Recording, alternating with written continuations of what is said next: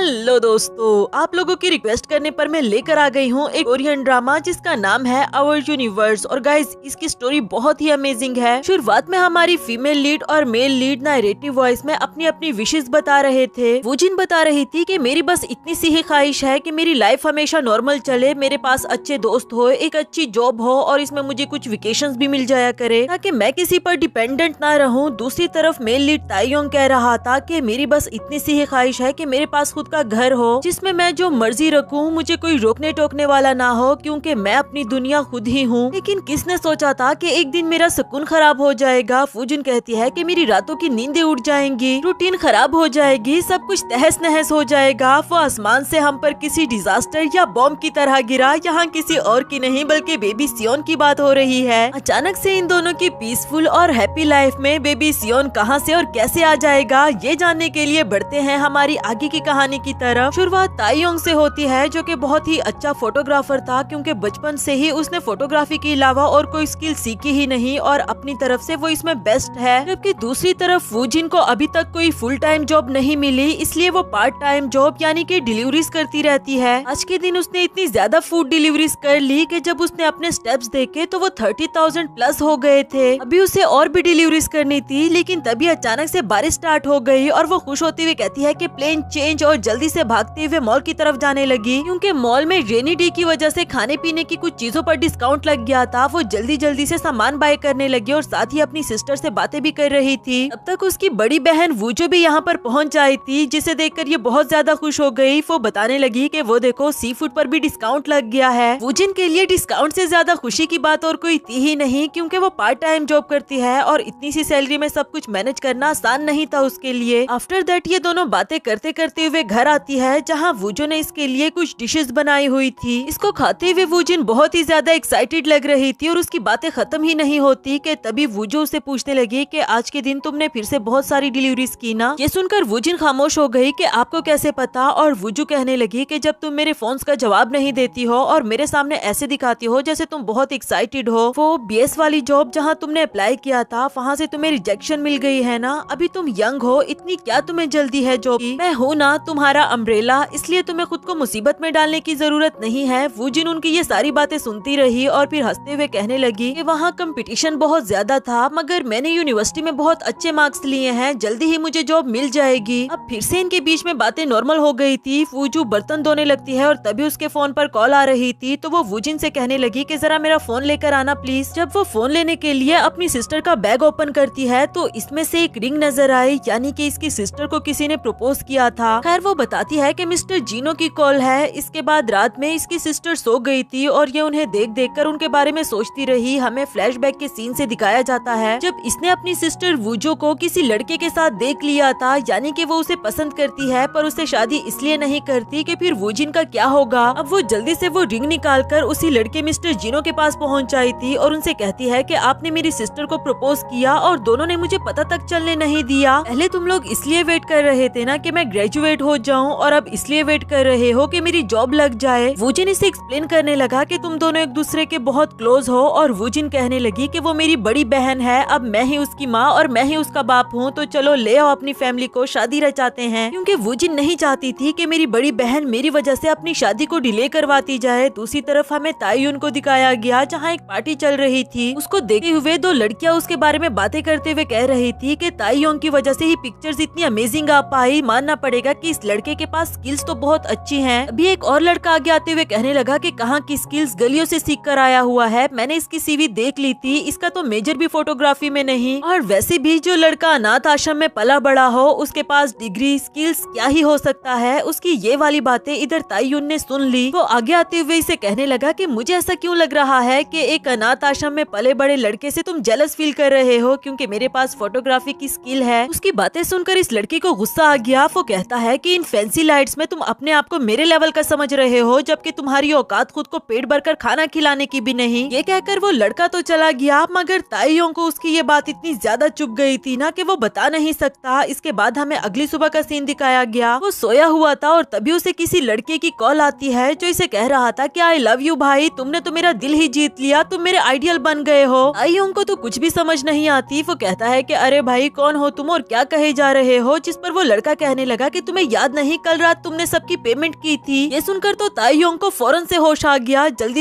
इसे कॉल बंद करके अपनी पॉकेट्स चेक करने लगा, जिसमें बिल की एक लंबी चौड़ी लिस्ट थी। ये देखकर तो वो बहुत ही ज्यादा शॉक्ड हुआ, लेकिन ज्यादा शॉकिंग बात ये थी कि जिस अकाउंट से उसने पे किया वो उसका और उसके दोस्तों का शेयरिंग में था। ऊपर से इसका दोस्तों जैसा बॉस इसे मैसेज करते हुए कहता है कि चलो मैं तुम्हें क्लियरली बता दूं, तुमने जॉब नहीं छोड़ी बल्कि मैंने तुम्हें फायर कर दिया है। आज के बाद मैं तुम्हारे साथ काम नहीं करूंगा। बेचारे पर एक से बढ़कर एक बॉम्ब गिरता जा रहा था। उसके अकाउंट में बहुत ही कम बैलेंस रह गया है। नेक्स्ट सीन में वूजिन अपनी बहन के साथ आई थी, जहां वो वेडिंग ड्रेस सेलेक्ट कर रही होती है और ये ड्रेस उनको बहुत ही सूट कर रहा था। इसी दौरान उसकी सिस्टर वूजो को एक बुक में से एक लैम्प पसंद आ गया था, जिसे वो प्यारा कह देती है और ये बात वूजिन ने सुन ली। पहली बार उसकी सिस्टर ने किसी चीज को प्यारा कहा, इसलिए अब वो इसे खरीद कर उसको वेडिंग गिफ्ट में देना चाहती थी। लेकिन जब इसने ऑनलाइन प्राइस देखी तो ये बहुत ही ज्यादा महंगा था। इतने पैसे तो उसके अकाउंट में भी नहीं थे, तो वो मुंह लटकाकर वहाँ पर बैठ गई और तभी उसकी दोस्त योन आती है, जो इसे पूछने लगी कि क्या हुआ, मुंह लटकाकर क्यों बैठी हुई हो। इस पर वूजिन ने उसको पूरी बात बताई कि पहली बार मेरी सिस्टर को कोई चीज प्यारी लगी, हमेशा उसने मेरा ही ख्याल रखा, मुझे ही सब चीजें प्रोवाइड की, लेकिन इस बार मैं उसको ये बाय करके देना चाहती हूँ, पर क्या करूँ, मेरे पास इतने पैसे ही नहीं। अरे हाँ, मुझे याद आया, तुम्हारे पास वो सेकंड हैंड चीजों वाला ऐप था ना। इधर ताईयोंग के घर उसके वो दोनों दोस्त आ जाते हैं जो इसके साथ काम किया करते थे। इसको तो उन्हें देखकर बिल्कुल भी खुशी नहीं हुई। खैर, वो जिस चीज को भी हाथ लगाते या जहाँ भी बैठते उठते, ये जल्दी से उनको उठाकर उस जगह को साफ कर दिया करता। शायद वो नहीं चाहता था कि इन लोगों की वजह से गंद फैले। इनमें से एक दोस्त पूछने लगा कि तुम तो अलग रहते हो, फिर तुम्हारा सब कुछ इतना साफ सुथरा कैसे है और सारी चीजें अपनी जगहों पर पड़ी हुई हैं। ताईयोंग ने जवाब दिया, क्योंकि मेरे लिए मेरे घर की हर चीज बहुत मैटर करती है। और वो दूसरा दोस्त कहने लगा कि जो कांड तुम करके आए हो ना, चलो अब उसकी भरपाई करो, अपने घर की कोई भी चीज सेल करो ताकि हमारे पास रेंट देने के पैसे आ जाए। अब उसका दूसरा दोस्त एक एक चीज पर हाथ रखते हुए कहता है कि क्यों ना ये बेच दो, काफी ब्रांडेड लग रहा है। ताईयोंग ने पीछे हटा दिया कि इसके बारे में तो सोचना भी मत। और जब वो दोस्त उस छोटे छोटे से फर्नीचर के बारे में बात करता है तो ताईयोंग कहने लगा कि ये तो मेरे फ्यूचर के बेबीज हैं। ढूंढते ढूंढते उस दोस्त को एक कैमरा मिल गया था, पर ताईयोंग ने उसे वापस रखने के लिए कहा और तभी उसकी नजर एक पिक्चर पर पड़ी कि अरे तुम्हारा बड़ा भाई भी है क्या। ताईयोंग ने जल्दी से उसके हाथ से लेकर वापस रख दी कि मैं अपने पेरेंट्स का इकलौता बेटा था। खैर, आखिरकार वो एक लैंप को बेचने पर राजी हो गया था, जो कि बिल्कुल वही लैंप है जिसको वूजिन अपनी सिस्टर के लिए ढूंढ रही थी। जैसे ही यहाँ वूजिन ने उस लैंप को ऑनलाइन देखा तो वो बहुत ज्यादा खुश हो गई। जल्दी जल्दी से मैसेज करके पूछने लगी कि क्या ये लैंप अभी भी अवेलेबल है। ताईयोंग ने जवाब दिया कि हाँ अवेलेबल है, लेकिन मुझे ज्यादा बहस नहीं पसंद, जो प्राइस लिखी हुई है बस इसी पर ही दूंगा। वूजिन ने भी आज ही इससे मिलने के लिए लोकेशन बता दी थी और अपनी फ्रेंड वोन से कहने लगी कि आज मैं बार्गेनिंग के सारे तरीके अप्लाई करूंगी। नेक्स्ट सीन में वो लोकेशन पर पहुंच आई थी और दूर से ही उसने ताईयोंग को देखा कि उस लड़के ने हाथ में कुछ पकड़ रखा है, तो यकीनन यही लड़का होगा। जल्दी से उसके पास आ गई। फिर दोनों एक दूसरे से मिले। ताईयोंग ने बताया कि मैंने इसको 1 साल यूज किया, बहुत ही अच्छी कंडीशन में है, और ये बात तो मैंने पहले ही बता दी थी कि मुझे बार्गेनिंग नहीं पसंद। वूजिन अब बार्गेनिंग का पहला राउंड स्टार्ट करते हुए कहती है कि आपने इसको 1 साल यूज किया हुआ है, तो प्लीज प्राइस भी थोड़ी सी कम कर दो। ताईयोंग जिस चीज से बचना चाह रहा था वही हुआ। दोनों के बीच में इस बात को लेकर बहुत ज्यादा बहस हुई, लेकिन जब इससे काम नहीं बन पाया तो वूजिन सेकंड राउंड में इमोशनल ड्रामा स्टार्ट कर देती है कि मैं इसको अपनी सिस्टर को वेडिंग गिफ्ट में देना चाहती हूँ और मेरे पास इतने पैसे नहीं, प्लीज थोड़ी प्राइस कम कर दो। लेकिन ताईयोंग ने जवाब दिया कि मैं अनाथ आश्रम में पला बड़ा हूँ, इसलिए आपका ये इमोशनल फैमिली ड्रामा मुझ पर काम नहीं करेगा। वूजिन को उसकी बात सुनकर बहुत ज्यादा गुस्सा आया। वो कहती है कि क्या पता ये फेक हो, क्योंकि तुमने इसको इतना टाइटली बांध कर रखा हुआ है, मुझे तो नजर भी नहीं आ रहा कि इसके अंदर है क्या। अगले ही सीन में हम देखते हैं कि ताईयोंग ने इसे ओपन करने की इजाजत दे दी थी, मगर उसे गुस्सा भी बहुत आ रहा था और इधर वूजिन इसको क्लियरली देख रही होती है कि ये फेक तो नहीं ना। इसी दौरान वो ताईयोंग से कहती है कि प्लीज जरा इसके साथ मेरी कुछ पिक्चर्स तो क्लिक करना। ताईयोंग को गुस्सा तो बहुत था, मगर फिर भी पिक्चर्स क्लिक करने लगा, लेकिन सिर्फ अपने लैंप की। वूजिन को पोजेस बनाते हुए देखकर दिल ही दिल में सोच रहा था कि इसको क्या लग रहा है कि मैं फोटोज में इसको भी लेकर आऊंगा। खैर, अब वो उससे कहने लगा कि तुमने इसको खरीदना है या नहीं, और वो बोली कि मैंने कब कहा कि मैंने इसको नहीं खरीदना। दोनों के बीच में बहस स्टार्ट हो गई थी। अचानक से वूजिन ताईयोंग के ऊपर गिर गई और यहाँ वो लैंप भी गिरने ही वाला होता है कि ताईयोंग ने जल्दी से उसे पकड़ लिया था। वूजिन को साइड पर धकेल कर अपना लैंप उठाता है कि इसको कुछ हुआ तो नहीं ना। वो अपनी हर चीज को अपने बच्चों की तरह ट्रीट कर रहा था, लेकिन वो देखता है कि उसका बीच वाला बल्ब टूट गया। यहाँ वेट्रेस आकर इन दोनों को यहाँ से बाहर जाने के लिए कहती है, क्योंकि जितना तमाशा ये दोनों बना चुके सभी लोग घूर घूर कर इन्हें देख रहे होते हैं। बाहर आने के बाद अब ताइयोंग को गुस्सा आ गया था। वो कहता है कि अब तुम जो मर्जी कर लो, मैं इसे तुम्हें नहीं देने वाला। वूजिन को भी गुस्सा आ गया कि मैं भी कोई गिरी पड़ी नहीं हूँ। वहाँ से जाते हुए कह रही थी कि अजीब पागल इंसान है, मैं तो इसे टूटा हुआ लैंप भी खरीदना चाह रही थी, लेकिन इसके नखरे तो देखो।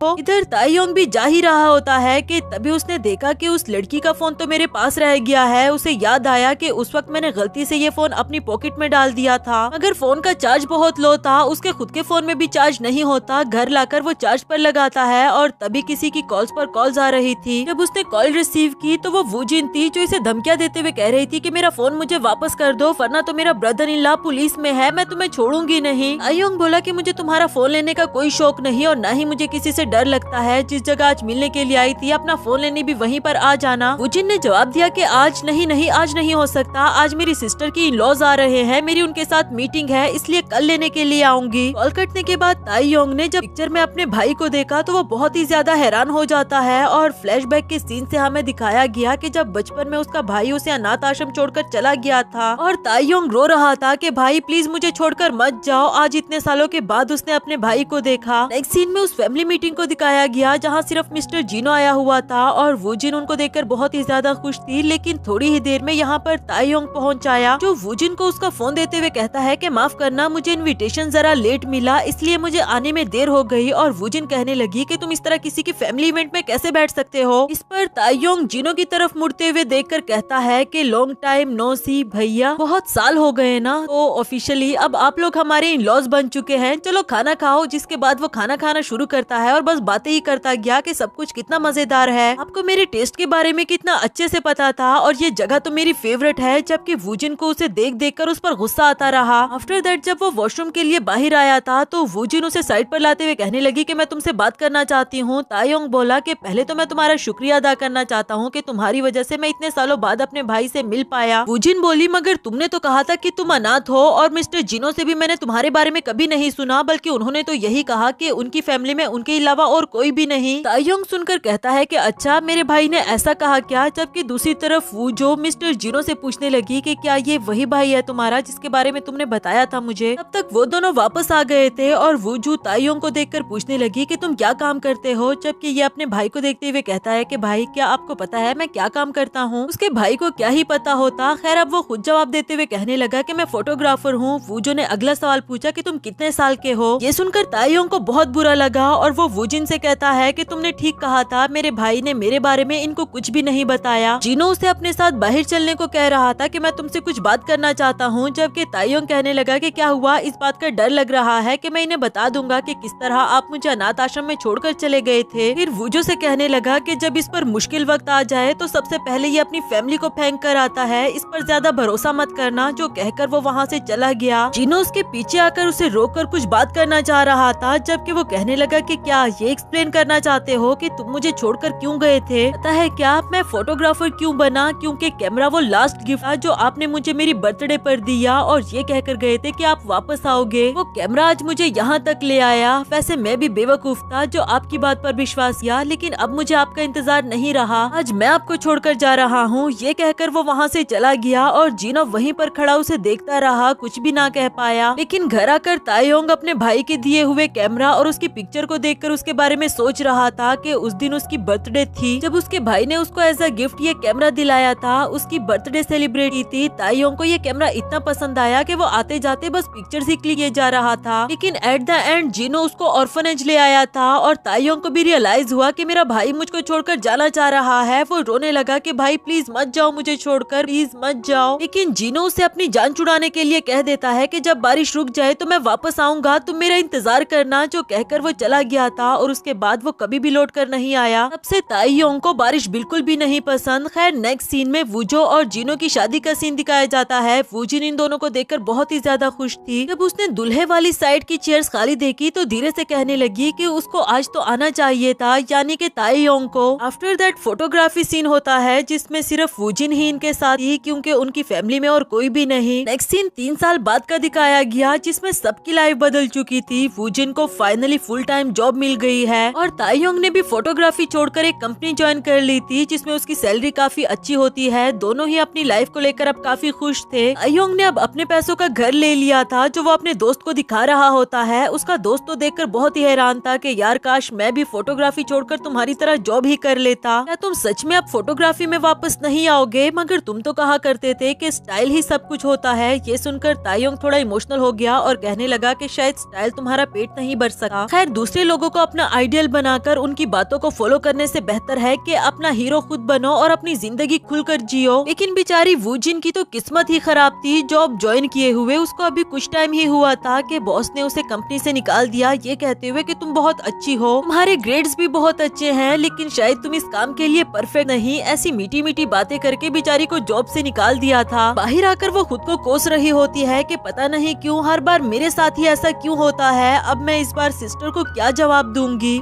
सीन में वो अपनी सिस्टर वूजो के साथ बैठकर खाना खा रही थी और हर बार की तरह ऐसा दिखाती है जैसे मैं बहुत खुश हूँ, मेरी लाइफ में कोई गम है ही नहीं। मगर हर बार की तरह इस बार भी वूजो समझ गई थी और बातों ही बातों में इसे कहती है कि देखो तुम्हें इतनी ज्यादा मेहनत करने की जरूरत नहीं है, मैं हूँ ना तुम्हारे लिए, मैं तुम्हें हर लिहाज से सपोर्ट कर सकती हूँ। और जिनो को भी इस बात से कोई मसला नहीं। वूजिन ये सुनकर वॉशरूम चली गई थी और जब वो वापस आ रही थी तभी उसने देखा कि उसकी सिस्टर ने उसके लिए रूम प्रिपेयर कर रखा है जिसमें जॉब गाइडेंस की बुक्स भी पड़ी हुई थी। ये देखकर उसे कुछ ज्यादा अच्छा नहीं लगा और पीछे से वूजो आते हुए कहती है कि मैं सोच रही थी तुम यही शिफ्ट हो जाओ। वूजिन अब इमोशनल हो गई और उसे बहुत ज्यादा गुस्सा आ गया था। वूजो से कहने लगी कि आपने हमेशा मुझे ऐसा फील करवाया कि मैं अपने दम पर रह ही नहीं सकती और न ही मुझे कभी कोई जॉब मिल पाएगी। हर बार मुझे मोटिवेट करने के बजाय आपने मुझे सिर्फ पैम्पर किया है। इससे तो बेहतर होता कि मेरी कोई बड़ी बहन होती ही ना, ताकि मैं अपने दम पर रहना सीखी। वूजो को उसकी ये बातें सुनकर दुख हुआ। वो कहती है कि प्लीज इतना ज्यादा मत बोलो कि बाद में तुम्हें अपने कहे हुए अल्फाज पर अफसोस हो। वूजिन बोली कि आप यही चाहती हो ना कि मैं आपके घर में शिफ्ट हो जाऊं, लेकिन मैं कभी भी इस घर में शिफ्ट नहीं होंगी। जो कहकर वो चली गई थी और बाहर आकर सच में ही उसे अपने अल्फाज पर अफसोस होने लगा कि मेरी बहन हमेशा मेरे साथ खड़ी रही और आज मैंने उसको क्या कुछ नहीं कह दिया। दूसरी तरफ वूजू जिनो को बता रही थी पर वो बोला कि तुम फिक्र ना करो, मैं और तुम्हारी सिस्टर में इस तरह की लड़ाई तो कई बार हो चुकी है, लेकिन कुछ टाइम के बाद तुम लोग ठीक भी हो जाते हो। खैर तैयार रहना, आज शाम मैं तुम्हें कहीं लेकर जाने वाला हूँ। कॉल कटने के बाद उसके जूनियर कोलीग्स उसको चिढ़ाने लगे कि अरे वाह भैया, वेडिंग एनिवर्सरी, भाभी को कहाँ पर ले जाने वाले हो, क्या गिफ्ट दोगे। ये भी मजाक मजाक में कहता है कि तुम जेलस होना बंद करो। जिसके बाद वो जाने लगा और इसके कोलीग्स इसे गुड लक कह देते हैं। अभी जिनो को एक मैसेज रिसीव हुआ कि तुम्हारा फादर जेल से रिहा हो गया है। ये देखकर तो जैसे वो शॉक्ड हो गया हो और ताईयोंग को कॉल करके इस बारे में बताना चाह रहा था पर उसने कॉल ही नहीं उठाई। इसके बाद गाड़ी में भी वो काफी परेशान बैठा हुआ था और वूजो उसे पूछने लगी कि क्या हुआ, तो वो बोला कि कुछ भी नहीं। पर वो दोबारा पूछती है कि ताईयोंग की वजह से परेशान हो क्या तुम अभी भी मुझे पूरी बात नहीं बता सके। जिनो अब उसे बताना शुरू ही करता है कि तभी उन दोनों का बुरी तरह से एक्सीडेंट हो गया था। ऐसा लगता नहीं कि दोनों में कोई भी बच पाया होगा। नेक्स्ट सीन में वूजिन को दिखाया गया जो जॉब के लिए एक डॉक्यूमेंट सबमिट करवा रही थी। वही दूसरी तरफ ताईयोंग के घर में कुछ पेंट शेंट का काम चल रहा था, लेकिन इसके बाद वो शिफ्ट हो सकता है यानी कि एक हफ्ते के अंदर अंदर, इसलिए वो बहुत ज्यादा खुश था। अभी इन दोनों को साथ में कॉल रिसीव हुई और इनके सिबलिंग्स के डेथ के बारे में बताया गया। वूजिन तो भागते हुए जा रही थी क्योंकि वो अपनी बहन से बहुत ज्यादा प्यार करती थी। रोते हुए वो अपनी सिस्टर के बारे में भी सोच रही थी कि बचपन से लेकर आज तक उसके पास और कोई भी नहीं था सिवाय उसकी सिस्टर के। जबकि इधर ताईयोंग आहिस्ता से चलते हुए जा रहा था, उसकी आंखों से आंसू भी आते हैं और वो अपने बचपन को याद करता है जब उसका भाई उसे छोड़कर जा रहा था और वो रो रहा होता है। दिल ही दिल में कहता है कि भैया तुम 10 दिन के बाद भी नहीं आए, 100 दिन के बाद भी नहीं आए और इतने सालों के बाद भी नहीं, फिर मैंने तुम्हारे बगैर जीना सीख लिया। यहाँ वूजिन अपनी सिस्टर की फ्यूनरल प्लेट के सामने बैठकर रो रही थी और याद करती है जब इसने अपनी सिस्टर से कहा था कि काश मेरी कोई बड़ी बहन होती ही ना, मगर मेरा ये मतलब थोड़ी ना था कि आप सच में मुझे छोड़कर चली गई हो, वो सब झूठ था। ये अभी यहाँ पर बैठकर रो ही रही थी कि तब तक पीछे से ताईयोंग भी पहुँच आया। दोनों एक दूसरे को दर्द भरी नजरों से देखते हैं। तभी यहाँ पर दरवाजा खुला जिसके अंदर से एक बेबी बॉय निकल कर आया। वूजिन तो अच्छे से बेबी सियोन को जानती थी कि वो मेरी बहन का बेटा है, लेकिन ताईयोंग ने आज उसको पहली बार देखा। सियोन मम्मी को पुकारते हुए बहुत ज्यादा रो रहा था। वूजिन उसे चुप भी करवाती है मगर वो खामोश नहीं होता और ताईयोंग को देखकर उसके पास जाना चाह रहा था, जबकि ताईयोंग उससे पीछे पीछे हटता रहा। वूजिन उसको पकड़ने के लिए जाती है और तभी सियोन जब किसी चीज से टकराने वाला था तो ताईयोंग ने उसको तो उठा लिया, पर इधर वूजिन नीचे गिर पड़ी और उसको बुरी तरह से चोट आ गई थी। कुछ लोग उसको उठाते हुए हॉस्पिटल ले गए। इधर ताईयोंग तायोंग सियोन के साथ अकेला रह गया था, अपने भाई की पिक्चर को देखते हुए कहता है कि आज के बाद मैं आपको अपनी जिंदगी से हमेशा के लिए मिटा दूंगा। अभी जीनो को माफ करने के लिए उसके वही जूनियर कुलीग्स आते हैं जो कि तायोंग से कह रहे थे कि तुम्हारा भाई बहुत अच्छा इंसान था और बहुत अच्छा सीनियर। तायोंग को तो जैसे सुनकर यकीन ही ना आ रहा हो। खैर इसके बाद फ्यूनरल की बाकी चीजें डिसाइड करनी थी, जैसे कि डेड बॉडीज को कपड़े कौन से पहनाने हैं, खाना कौन सा बनाया जाए। उससे तरह तरह के सवाल किए जा रहे थे, जबकि तायोंग बहुत ज्यादा तंग आ गया था और कहने लगा कि सब में ऑप्शन ए चूज कर लेना, बस मुझसे पूछने की जरूरत नहीं। इसके बाद वो सियोन को संभालते हुए बहुत ज्यादा तंग आ गया था, क्योंकि वो चुप ही नहीं कर रहा होता, बार बार मम्मी मम्मी कह रहा था और ये तो जैसे उसे दूर भागने की कोशिश कर रहा हो। आखिरकार उसे चॉकलेट देता है, जिसकी वजह से वो खुश हो गया था और थोड़ी देर के लिए चुप कर गया, मगर थोड़ी देर के बाद वो फिर से रोना शुरू कर देता है और ये उसे दूर दूर भागता रहा, क्योंकि इसको बच्चों से गिन आती है। सियोन से पीछे पीछे जाते हुए उसे कह रहा था कि क्या अजाब है ये, तुम्हारी आंटी तुम्हें मेरे पास छोड़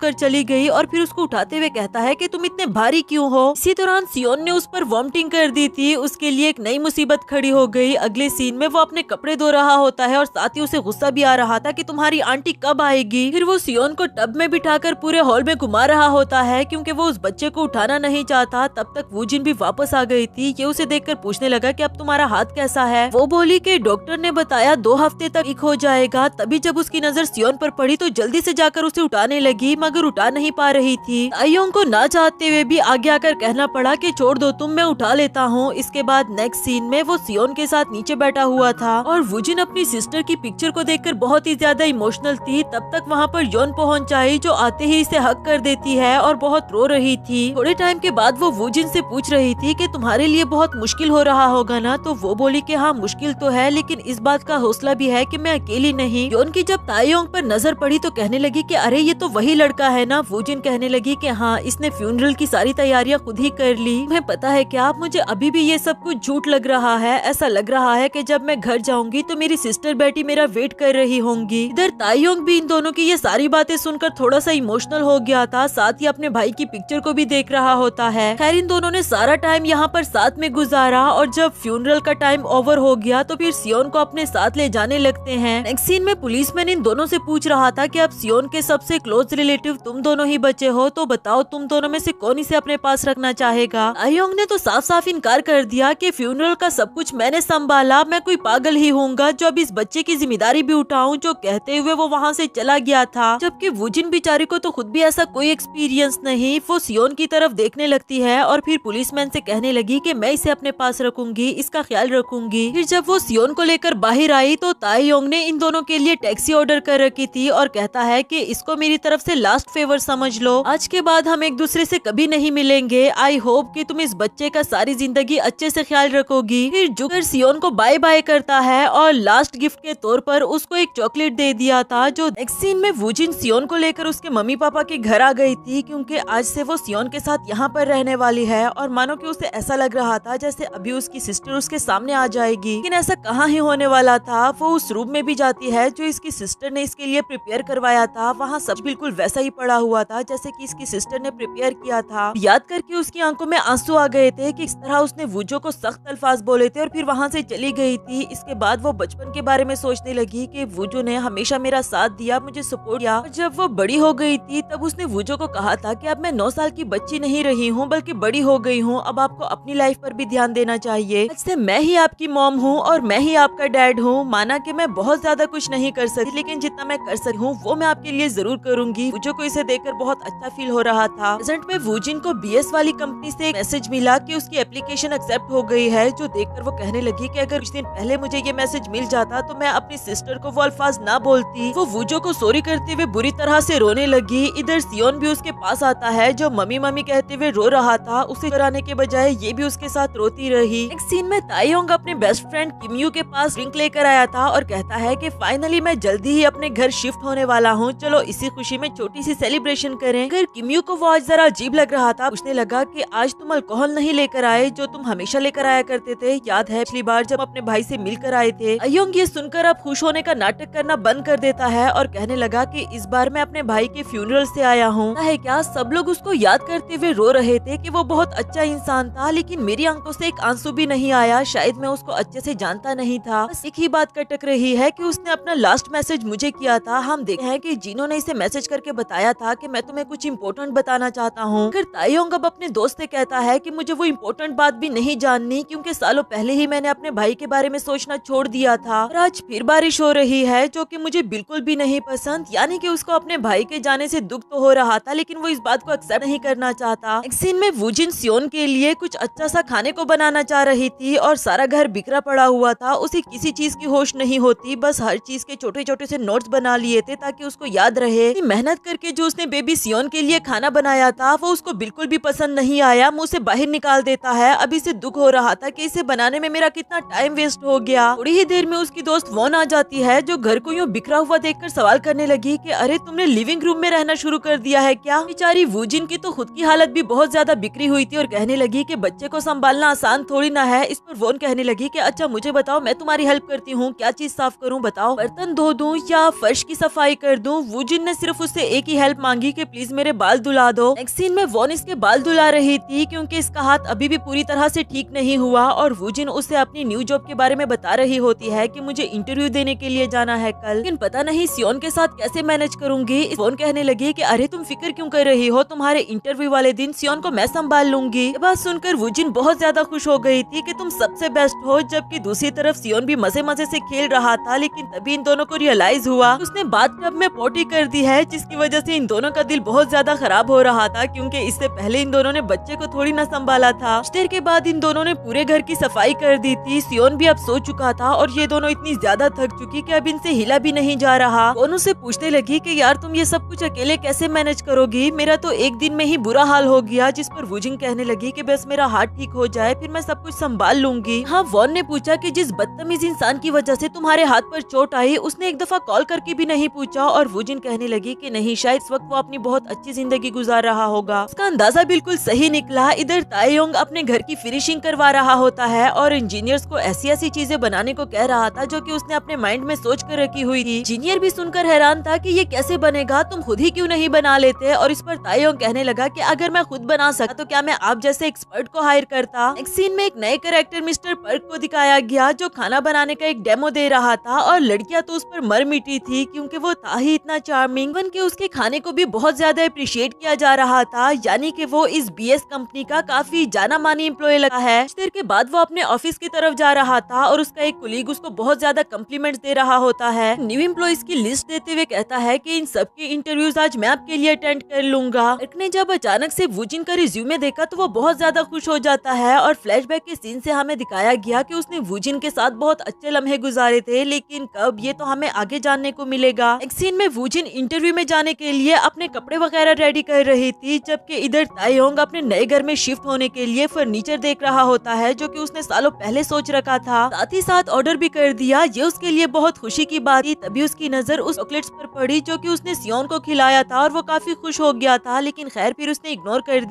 दिया। फिर वूजिन सियोन को खाना खिलाते हुए कह रही थी कि मैं जल्दी ही इंटरव्यू से वापस आ जाऊंगी, तुम वॉन को बिल्कुल भी तंग मत करना। इसी दौरान उसको वॉन की कॉल आई तो बता रही थी कि मेरे खड़ूस बॉस ने अचानक से मेरे लिए एक ट्रिप अरेंज कर दिया है, क्या कहती हो, क्या मैं रिजाइन दे दूं, मैं क्या करूं? आप उसको यूं हड़बड़ी में देखकर वूजिन ने मना कर दिया कि अरे नहीं नहीं, तुम अपना काम करो, मैं सियोन को मैनेज कर लूंगी। जो कहने के बाद उसने कॉल काट दी थी। वूजिन अब बहुत ज्यादा परेशान हो गई थी कि सियोन को किसके पास छोड़कर जाऊं। बारी बारी करके अपने बाकी के फ्रेंड्स को कॉल करती है पर कोई भी फ्री नहीं था। किसी को अपना वेडिंग ड्रेस सेलेक्ट करने के लिए जाना है तो किसी को अपने इन लॉस के घर जाना था और कोई तो घर पर ही नहीं होता। फिर कार वो अपने नेबर्स के पास आकर भी उनसे रिक्वेस्ट करती है, मगर वो लोग भी कहीं जाने वाले थे और एट द एंड उसको ख्याल आया तायोंग का। उसे मैसेज करते हुए कहती है कि मुझे तुम्हें एक बहुत इंपॉर्टेंट बात बतानी है, मैं सियोन को और नहीं संभाल सकी। इधर तायोंग पढ़ते हुए कहने लगा कि क्या मतलब नहीं संभाल सकी, अब वो इसके घर आ गया था। वूजिन की सारी बात सुनने के बाद कहता है कि क्या मतलब, तुम इंटरव्यू देने के लिए जाओगी और मैं घर पर रहकर इसका ख्याल रखूंगा? बिल्कुल भी नहीं। वुजिन उसको मस्के लगाते हुए कहती है कि देखो मैं तुम्हारे अलावा और किसी पर ट्रस्ट नहीं कर सकी, और सियोन और तुम्हारी केमिस्ट्री भी तो कितनी अच्छी है, वो तुम्हारे साथ कितना अटैच है, देखो ना। हाँ, सियोन अपने चाचू के बहुत ज्यादा करीब आ गया था और वुजिन इसी बात का फायदा उठाते हुए कहने लगी कि देखा ये तुमसे कितना ज्यादा अटैच है, बल्कि मैं तो चाहती हूँ कि क्यों ना हम इसको मिलकर इस घर में पाले। अयोंग ने तो साफ साफ मना कर दिया कि ओ बाजी, मैं पहले ही कह चुका हूँ कि मेरा इस बच्चे से कोई लेना देना नहीं, वो तो अगर तुम्हारे हाथ पर चोट ना आई होती तो। बात का सुनकर अब वुजिन ने भी इमोशनल ड्रामा करना शुरू कर दिया था कि इस टूटे हुए हाथ के साथ भी मुझे सियोन का ख्याल रखना पड़ रहा है, मेरा इस दुनिया में कोई भी नहीं, और झूठे मोटू का रोना शुरू कर देती है। अयोंग को अब उस पर थोड़ा बहुत रहम तो आ गया था, लेकिन जब उसको रियलाइज हुआ कि ये नाटक कर रही है तो कहने लगा कि मैं कह चुका हूँ मेरा इस बच्चे से कोई रिश्ता नाता नहीं। जिनको अब गुस्सा आ गया, उठते हुए कहने लगी कि ओ भाई साहब, ऐसा नहीं होता कि जब जी चाहे रिश्ता नाता तोड़ दो, हम दोनों ब्लड रिलेटिव्स हैं। अयोंग हैरान हो गया कि हम दोनों ब्लड रिलेटिव, और वो बोली कि सियोन के ब्लड रिलेटिव तो हो ना, और वैसे भी हम दोनों साथ में कपड़े उतार चुके हैं। ये सुनकर तो बेचारे ताइयोंग को बहुत बड़ा शौक लगा। अपनी शर्ट में खुद को छुपाते हुए कहता है कि कपड़े उतार चुके हैं, क्या मतलब हुआ ऐसा? वुजिन ने जवाब दिया कि वो लैंप के जो उतारे थे। अब ताइयोंग की जान में जान आई कि अच्छा, लैंप के कपड़े उतारे जाने की बात हो रही थी। इधर वुजिन जल्दी से अपना बैग पकड़कर इंटरव्यू के लिए भागते हुए जाने लगी और इसे कहती है कि अपना घर का और इस बच्चे का बहुत ख्याल रखना, इस घर को अपना ही घर समझो। दरवाजा बंद करने के बाद एक बार फिर से वापस आते हुए कहती है कि खबरदार अगर तुमने इसको चॉकलेट खिलाई तो। उसके जाने के बाद ताइयोंग बिखरा हुआ घर देखा है और आगे आकर उसके अपने भाई के रूम पर नजर पड़ी। जब वो अंदर आता है तो उसकी पिक्चर को भी देख रहा था।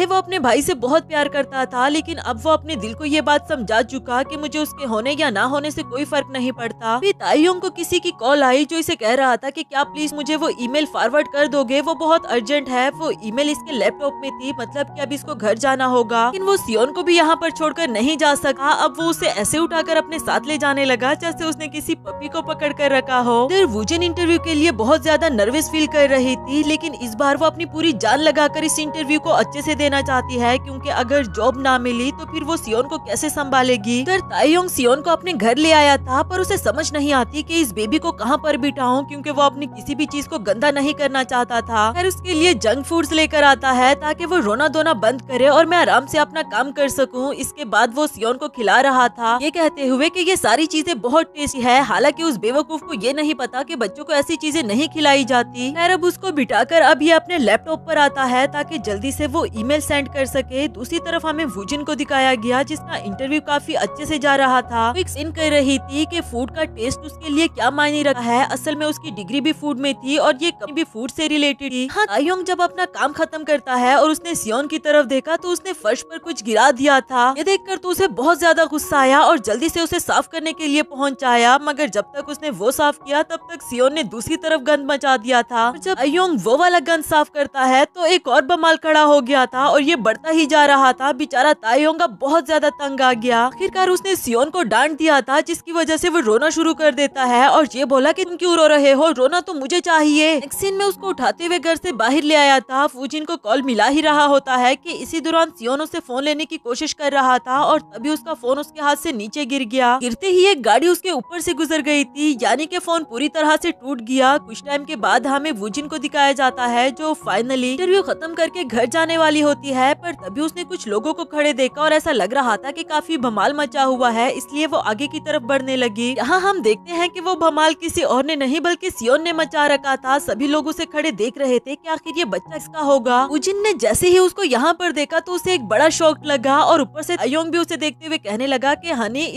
इधर देखो, मैं यहाँ पर हूँ, कैसा रहा तुम्हारा इंटरव्यू। ये उस बेचारी के लिए एक और बड़ा शौक था। उसको बाहर लाते हुए कहने लगी कि हनी, तुम्हारा दिमाग तो खराब नहीं हो गया, ये तुम क्या कह रहे थे। अयंग उसके हाथ को सही सलामत देखते हुए कहने लगा कि इसका मतलब ने मुझसे झूठ बोला, और वो कहती है कि अब मैं इंटरव्यू के लिए उस पट्टी को लगाकर थोड़ी ना जाती। फिर सियोन की हालत देख वो इसे कहने लगी कि तुम अगल वागल तो नहीं हो, मैंने तुम्हें इसका ख्याल रखने को कहा था और तुम इसकी हालत तो देखो। अयंग को गुस्सा आ गया कि ओ बाजी, मुझे शुक्रिया कहने के बजाय तुम मुझे पागल कह रही हो और इसकी वजह से तुम्हें पता भी नहीं कि मेरा कितना बड़ा नुकसान हुआ, फिर तुम्हारा भी तो नुकसान होना चाहिए था ना। हाँ, सियोन फार्ट कर देता है, जिसकी आवाज सुनकर ताइयोंग कहने लगा कि इसको मुझसे दूर रखो, जबकि वुजिन कहने लगी कि तुम ये टेडी पकड़ो, मैं जरा इसके लिए डायपर्स लेकर आती हूँ। ताइयोंग तो अब यहाँ पर एक मिनट भी रुकने को तैयार नहीं था कि आप खुद संभालो। इसी बात को लेकर इन दोनों के बीच में बहस छिड़ गई और इसी दौरान देखा तो सियोन गायब था। ये दोनों ही उसे ढूंढने लगे और देखने पर पता चला कि वो एक फाउंटेन के बीच में आ गया था। ये लोग अंदर कैसे आते, क्योंकि ये दोनों भी पूरी तरह से भीग जाते। फिर जैसे ही पानी थोड़ा कम हुआ तो ये दोनों अंदर आते हैं उसको उठाने के लिए, लेकिन फिर अचानक से पानी ज्यादा हो गया था और ना चाहते हुए भी ये दोनों भीग गए। अयोंग को तो अब और भी ज्यादा गुस्सा आ गया। वो कहता है कि ये आखिरी बार थी, मैंने तुम्हारी हेल्प की, खबरदार अगर दोबारा कभी तुमने मुझे कॉन्टेक्ट किया तो। ये कहकर वो वहाँ से चला गया। एक सीन में वूजिन सियोन को घर लाकर सोच रही थी कि कितना पागल और अजीब इंसान है वो, ऐसा भी क्या नुकसान हुआ होगा उसका जो इतना भड़क रहा था। उसी तरफ तायोंग अपने पूरे घर की सफाई करने के बाद अब बेड पर आ गया था और कहता है कि शुक्र है वो बच्चा मेरी जिंदगी से चला गया, अब मैं सुकून फील कर रहा हूँ। अगली सुबह आराम से जॉगिंग करने के लिए जाता है और अपने लिए नया फोन भी ले लिया, पर जैसे ही उसने अपनी सिम ऑन की, तुम जवाब क्यों नहीं दे रहे हो, तुम्हारे घर का बहुत बुरा हाल हो गया है। ये देखकर तो वो बहुत शॉक हुआ और जल्दी से उस घर पहुंच आया था। तो अजीबो गरीब सेटिंग करने को उसने इंजीनियर को कहा था, अब वो पूरी तरह से खराब हो गई है। इंजीनियर कहता है कि अब मैं कुछ नहीं कर सका, इसको रिपेयर होने में 1 महीना लग जाएगा। तायोंग के लिए और बड़ा शौक था क्योंकि उसने अपने घर का सारा फर्नीचर भी मंगवा लिया है। अब वो फर्नीचर कहाँ रखेगा। जैसे तैसे करके उसने अपने लैंडलॉर्ड को कॉल करके रिक्वेस्ट की कि क्या मैं 1 और महीना यहाँ पर रुक सकता हूँ, लेकिन उसने मना कर दिया कि मैं किसी और किराएदार के साथ पहले से ही कॉन्ट्रैक्ट कर चुका हूँ, तो तुम्हें जाना होगा। अयोंग अब बुरी तरह से फंस चुका था। वो नए फर्नीचर को उस घर में कैसे लेकर जाए क्योंकि वो तो पूरी तरह से खराब हो जाएगा। खैर अब उसको एक आइडिया आया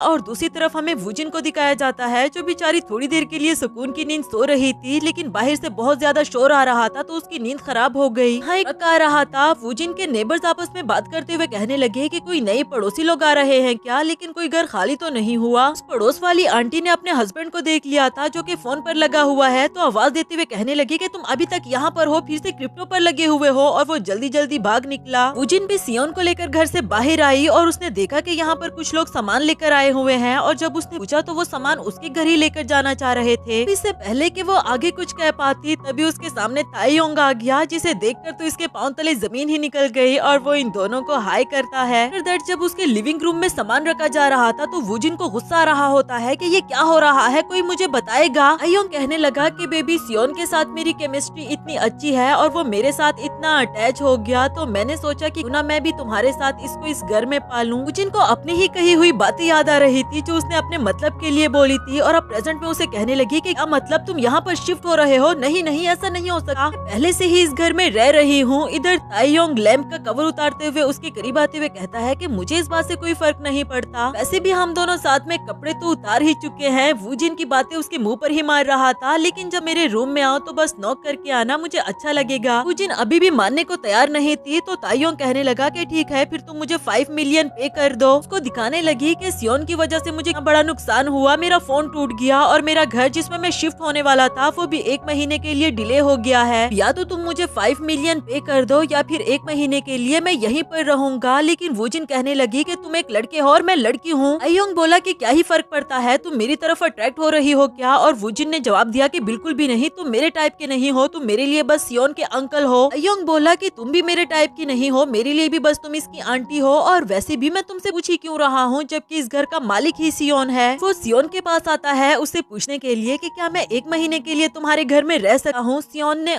बोला तो ये कहने लगा कि देखा देखा सियोन मान गया है। वूजिन को बहुत ज्यादा गुस्सा आया, मगर वो क्या ही कर सकती थी, आराम से बीच में बैठ गई, जबकि तायोंग एक एक करके अपना सारा सामान अपने रूम में शिफ्ट करने लगा। वूजिन वहीं पर बैठे बैठे सो गई थी, और कुछ टाइम के बाद जब वो नींद से उठी तो उसने देखा कि उसका सारा घर साफ सुथरा था, और इधर तायोंग सियोन को खाना खिला रहा होता है, बिल्कुल उसका सर्वेंट बनकर। वूजिन जल्दी से उसके पास आकर देखने लगी कि मुझे अपना मुंह खोल कर दिखाओ, तुम चॉकलेट तो नहीं खा रहे ना। और इधर तायोंग उसको इस खाने के इंग्रेडिएंट्स बताने लगा कि सभी हेल्दी चीजें हैं। उसको भी थोड़ा रिलीफ मिल गया था, और इसके बाद वो कुछ भी ना कह पाई। आफ्टर दैट जब वो वॉशरूम में आई तो वो बहुत ही साफ सुथरा था, बिल्कुल वैसा ही जैसे तायोंग अपने घर को चमका के रखा था। सिर्फ यही नहीं बल्कि सारे कपड़े धुले हुए थे, और लिविंग रूम तो इतना साफ होता है कि इससे पहले वूजिन ने इतना साफ लिविंग रूम कभी भी नहीं देखा। और से तायोंग बेबी सियोन को बाहर ले जाकर उसके साथ खेल रहा था। वो विंडो से देखी रही, अब उसे अच्छा लग रहा था क्योंकि पहले तो ये सारा बर्डन उसके जिम्मे था, लेकिन फिर होश में आते हुए कहती है कि नहीं नहीं, मैं इस लड़के से ऐसे इम्प्रेस नहीं हो सकी। खैर तभी उसको मैसेज रिसीव हुआ कि उसको बीएस कंपनी वाली जॉब मिल गई है। वो बहुत ज्यादा खुश हुई। अयोंग सियोन को लेकर वापस आ गया था, और ये जल्दी से सियोन को बताने लगी कि मुझे बीएस वाली जॉब मिल गई है। अयोंग ने ये सुनकर उसको कांग्रेचुलेशंस कहा, और सियोन से कहता है कि आंटी के लिए क्लैपिंग करो, इनको थम्स अप करो। वूजिन से कहने लगा कि क्यों ना तुम इसको सेलिब्रेट करने के लिए जरा फ्रेंड्स के साथ साथ बाहर जाओ, फ्रेश एयर लो और हाँ घर की और बेबी की फिक्र मत करो, मैं हूँ ना, सब संभाल लूंगा। फिर दैट वूजिन बाहर जा रही थी और ये दोनों उसको बाय बाय करते हैं। नेक्स्ट सीन में वो अपनी दोस्त को बता रही थी कि ठीक है वो अच्छा है, उसने बेबी का ख्याल रखा, घर को संभाला, लेकिन फिर भी वो लड़का है और मैं लड़की हूँ, हम दोनों साथ में कैसे रह सकते हैं। इस पर वॉन ने जवाब दिया कि तुम दोनों बेड थोड़ी ना साथ में शेयर कर रहे हो, तो फिर साथ में रहने में क्या मसला है, तो तुम 1 महीने के लिए उससे काम करवा के उसका फायदा उठा सकती हो। दूसरी तरफ ताईयोंग भी अपने फ्रेंड्स को बता रहा था कि 1 महीने के लिए मुझे रहने को जगह मिल गई, वो भी फ्री में, मुझे रेंट की फिक्र नहीं और ना ही मेरा फर्नीचर खराब होगा, तो अगर इस बदले में उसकी थोड़ी सी हेल्प कर भी रहा हूँ तो इसमें क्या ही बुरा है। उसका दोस्त बोला कि मतलब फर्नीचर बचाने के चक्कर में तुमने नौकर बनने का फैसला कर ही लिया। ताईयोंग इसे मारते हुए कहता है कि किसने कहा नौकर बनने का, इसको स्ट्रेटजी कहते हैं। इधर किमियो ने सवाल किया कि अगर उस लड़की के साथ रहते हुए तुम उसको पसंद करने लग गए तो, और इस पर ताईयोंग ने जवाब दिया कि अगले 100 साल में भी ऐसा नहीं हो सकता। फिर वॉन वूजिन को समझा रही थी कि देखो कुछ टाइम के लिए तुम उसको अपना असिस्टेंट समझ लो, अपना पुराना माइंडसेट छोड़ दो कि तुम उसका फायदा उठा रही हो, फिलहाल में अपने मकसद की बात सोचनी चाहिए। फिर ताईयोंग के दोस्त उसे कह रहे थे कि क्या सच में जो प्लान तुमने बनाया हुआ है वो लड़की भी उसे फॉलो करेगी। वो कहने लगा कि हाँ क्यों नहीं, बस देखना 10 मिनट के अंदर अंदर वो मुझे कॉल कर ही होगी। हाँ वूजिन बोली कि तुमने बिल्कुल ठीक कहा, मुझे 1 महीने के लिए उससे सारे काम डिवाइड कर लेने चाहिए। जिसके बाद वो ताईयोंग को मैसेज करती है कि आज शाम 7 बजे मैं तुमसे कुछ बात करना चाहती हूँ। ताईयोंग के दोस्त वूजिन का मैसेज देखकर समझ गए थे कि तुम्हारा प्लान काम कर रहा है और नेक्स्ट सीन में ये दोनों लिविंग रूम में बैठे हुए थे। वूजिन उसको बता रही थी कि 1 महीने से 1 दिन भी तुम ज्यादा यहाँ पर नहीं रुकोगे और हाँ जब मैं जॉब पर जाऊंगी तब मैं घर पर रहकर सियोन का ख्याल रखना होगा और घर को भी साफ सुथरा रखोगे। ताईयोंग इसके लिए मान गया था, जबकि वूजिन कहने लगी कि सिर्फ यही नहीं, गैस पानी वाईफाई सब कुछ का बिल आधा आधा होगा। इसके लिए भी ताईयोंग मान गया। इसके बाद वूजिन बोली कि सियोन इस घर का मालिक है तो उसके डायपर का जितना भी खर्चा आएगा वो भी हमारा आधा आधा होगा। आखिरकार इसलिए भी ताईयोंग मान गया। फाइनली जब सब कुछ डन हो गया तो ये दोनों कॉन्ट्रैक्ट पेपर्स पर साइन करते हैं और एक दूसरे से हैप्पी को। इसी के साथ हमारा ये वाला पार्ट यहाँ पर खत्म हुआ। आप लोगों को ये सीरीज कैसी लगी और अगर आप लोग चाहते हैं कि मैं इसका नेक्स्ट पार्ट भी बनाऊं, इसको कंटिन्यू रखूं, तो जल्दी जल्दी से कमेंट करो। जितने कमेंट्स होंगे उस हिसाब से मैं समझ जाऊंगी कि इस ड्रामा को कंटिन्यू करना है या नहीं।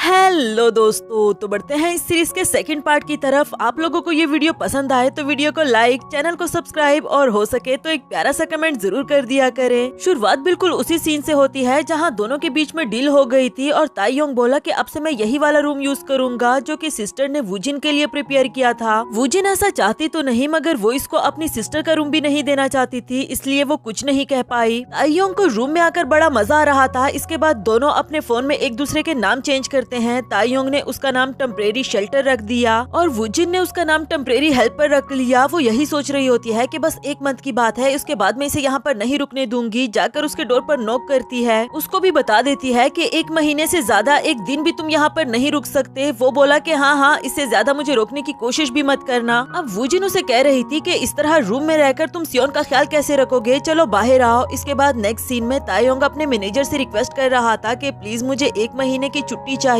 मैनेजर बोला तो तुम ये कहना चाहते हो कि तुम मैरिड हो और तुम्हें अपने बच्चे का ख्याल रखना है। जिस पर ये कहता है कि मैं मैरिड तो नहीं, लेकिन 1 महीने के लिए मुझे उस बच्चे का ख्याल रखना होगा। लेकिन मैनेजर उसको मना कर रहा था कि वैसे ही उस फोटोग्राफर ने आने में इतनी देर कर दी है और ऊपर से तुम भी चले जाओगे तो काम कैसे होगा, इतनी इमरजेंसी बनी हुई है। फोटोग्राफर से मैनेजर को याद आया कि अरे तुम भी यहाँ आने से पहले फोटोग्राफर थे ना, यानी कि वो अब इसकी हेल्प चाहता है और कहने लगा कि अगर तुम्हें लीव चाहिए तो फिर देख लो। नेक्स्ट सीन में उस बेचारे को फोटोग्राफी करने के लिए जाना पड़ा क्योंकि उसे 1 महीने की छुट्टी चाहिए थी। वो खुद से कहता है कि इतने सालों से मैंने कैमरा को उठाया तक नहीं, लेकिन खैर ये आखिरी बार होगा। दूसरी तरफ हमें एक बहुत बड़ी फोटोग्राफर एमी चू को दिखाया गया जो कि बहुत बुरी हालत में पड़ी हुई थी और उसका डायरेक्टर उसे कह रहा था कि देखो इस जगह की क्या हालत बनाई हुई है और ये देखो सोशल मीडिया पर फिर से तुम्हारी न्यूज आ गई कि शूट वाले दिन ही तुमने अपना शूट कैंसिल कर दिया। जबकि एमी चू उठते हुए कहने लगी कि मुझे इस बात से कोई फर्क नहीं पड़ता। वो अपनी पसंद बताने लगी कि उसको किस तरह की जगह में फोटोग्राफी करनी है। डायरेक्टर उसकी बातें सुनकर ही हैरान था कि ऐसी जगह भला कहाँ पर ही मिलेगी। खैर इसके बाद जब वो वापस जा रहा था तब उसने यही बातें किसी और को करते हुए सुना। जल्दी से दरवाजे में से उसको देखने लगा जो कि ताईयोंग था, यानी कि उसकी पर्सनैलिटी बिल्कुल एमी चू की तरह लग रही है। ताईयोंग अचानक से इसको देखकर डर गया था। डायरेक्टर चोमो कहने लगा कि प्लीज गलत मत समझना, मैं फिल्म प्लोटो की तरफ से आया हूँ और उसको अपना कार्ड पकड़ा देता है क्योंकि इसे एमी चू के लिए कोई अच्छा असिस्टेंट चाहिए था। यहाँ वूजिन ताईयोंग के लिए नोट्स बना रही थी थी कि उसको सारा दिन बेबी सियोंग को कैसे रखना है, उसको अच्छा खाना खिलाना है, उससे बातें करनी है और एक्टिविटीज के थ्रू उसको अच्छी अच्छी चीजें सिखानी है। फिर जॉब पर जाने के लिए अपने कपड़े वगैरह रेडी कर रही थी और साथ ही साथ वो सियोन से मजे मजे की बातें कर रही होती है। नेक्स्ट सीन में ताईयोंग घर आ गया था। यहाँ उस कार्ड को देखकर वो डायरेक्टर की बात को याद करने लगा कि अगर तुम हमारे साथ काम करो तो हम तुम्हें एक दिन का 1 मिलियन दे सकते हैं, लेकिन ताईयोंग ने तो फोटोग्राफी छोड़ दी थी, इसलिए उसने मना कर दिया। तभी वूजिन ने डोर पर नॉक किया और ताईयोंग गुस्से में उसे कहने लगा कि हर वक्त इस तरह नॉक कर करके तुम दरवाजे में सुराख कर दोगी। वो बोली कि नॉक करने के लिए तुमने ही तो कहा था। खैर बाहर आओ। जब वो बाहर आया तो ये सारे नोट्स उसको दिखाते हुए बता रही थी कि सारा दिन तुमने सियोन को कैसे ट्रीट करना है, और हाँ साथ ही मुझे हर एक्टिविटी की पिक्चर्स भी भेजते रहना ताकि मुझे पता चले। जबकि इधर ताईयोंग को गुस्सा आ रहा था। वो उठते हुए धीरे से कहने लगा कि इस लड़की को कौन बर्दाश्त करेगा। वूजिन ने जवाब दिया कि मुझे सुनाई दे रहा है। रूम में जाने के बाद ये भी उसके बारे में कहती है कि अजीब ही कोई लड़का है, और वो वापस से आते हुए कहने लगा कि मुझे भी सुनाई दे रहा है। नेक्स्ट सीन अगली सुबह का दिखाया गया, जहाँ वूजिन ऑफिस के लिए रेडी हो चुकी थी और सियोन को ब्रेकफास्ट करा रही होती है। तभी उसने ताईयोंग के डोर पर नॉक किया। उसको बताने लगी कि समधी जी आपकी ड्यूटी का टाइम हो गया, और वो बोला कि 9 से 6 की बात हुई थी ना, लेकिन अभी तो 8 बज रहे हैं। वूजिन बोली कि समधी जी थोड़ा सा आगे पीछे हो सकता है, अगर कॉन्ट्रैक्ट को अच्छे से पढ़ लेते तो आज मुझसे ये सवाल न कर रहे होते। अगर यहाँ नहीं रहना चाहते तो जा सकते हो। बेचारा ताईयोंग कैसे जाता। वूजिन अपना बैग लेकर सियोन को बाय बाय करते हुए ऑफिस को निकल गई थी, और इधर ताईयोंग उसको खाना खिलाना शुरू कर देता है। नेक्स्ट सीन में वूजिन अपनी कंपनी पहुंच आई थी और वो बहुत ज्यादा मोटिवेटेड होती है कि मैं अच्छे से काम करूंगी, क्योंकि वो अभी भी फुल टाइम वर्कर नहीं थी बल्कि कॉन्ट्रैक्ट वर्कर थी। उसको थोड़ा बुरा भी लगा जब उसको सिर्फ आईडी कार्ड मिला और बाकी के एम्प्लॉइज को थोड़ी ज्यादा चीजें मिल गई थी, लेकिन खैर वो फिर भी मोटिवेटेड रही। यहाँ ताईयोंग घर की सफाई कर रहा था। वो कहता है कि इसने अपना सारा सामान लिविंग रूम में बिखेरा हुआ है, आखिर ये उस रूम में शिफ्ट क्यों नहीं हो जाती। फिर उसकी उन नोट्स पर नजर पड़ी कि बेबी का ख्याल कैसे रखना है। अब वो उसको एक एक करके कंप्लीट करने लगा, जैसे कि बेबी सियोन को खाना खिलाना, उसके साथ बातें करना और उसको चॉकलेट जैसी चीजों से दूर रखना, लेकिन ये फिर भी उसको थोड़ा बहुत चॉकलेट खिला देता है, क्योंकि कौन सा उसको वूजिन देख रही थी। साथ ही वो हर एक्टिविटी की पिक्चर लेकर वूजिन को भी भेज रहा था, जो कि काफी बिजी लग रही थी, क्योंकि आज जॉब का पहला दिन था और उनको कंपनी से इंट्रोड्यूस करवाया जा रहा था। यहाँ ताईयोंग अपने रूम में आता है और सियोन को उसने बाहर ही रुकने के लिए कह दिया था कि अंदर नहीं आना, और फिर पिक्चर लेकर वूजिन को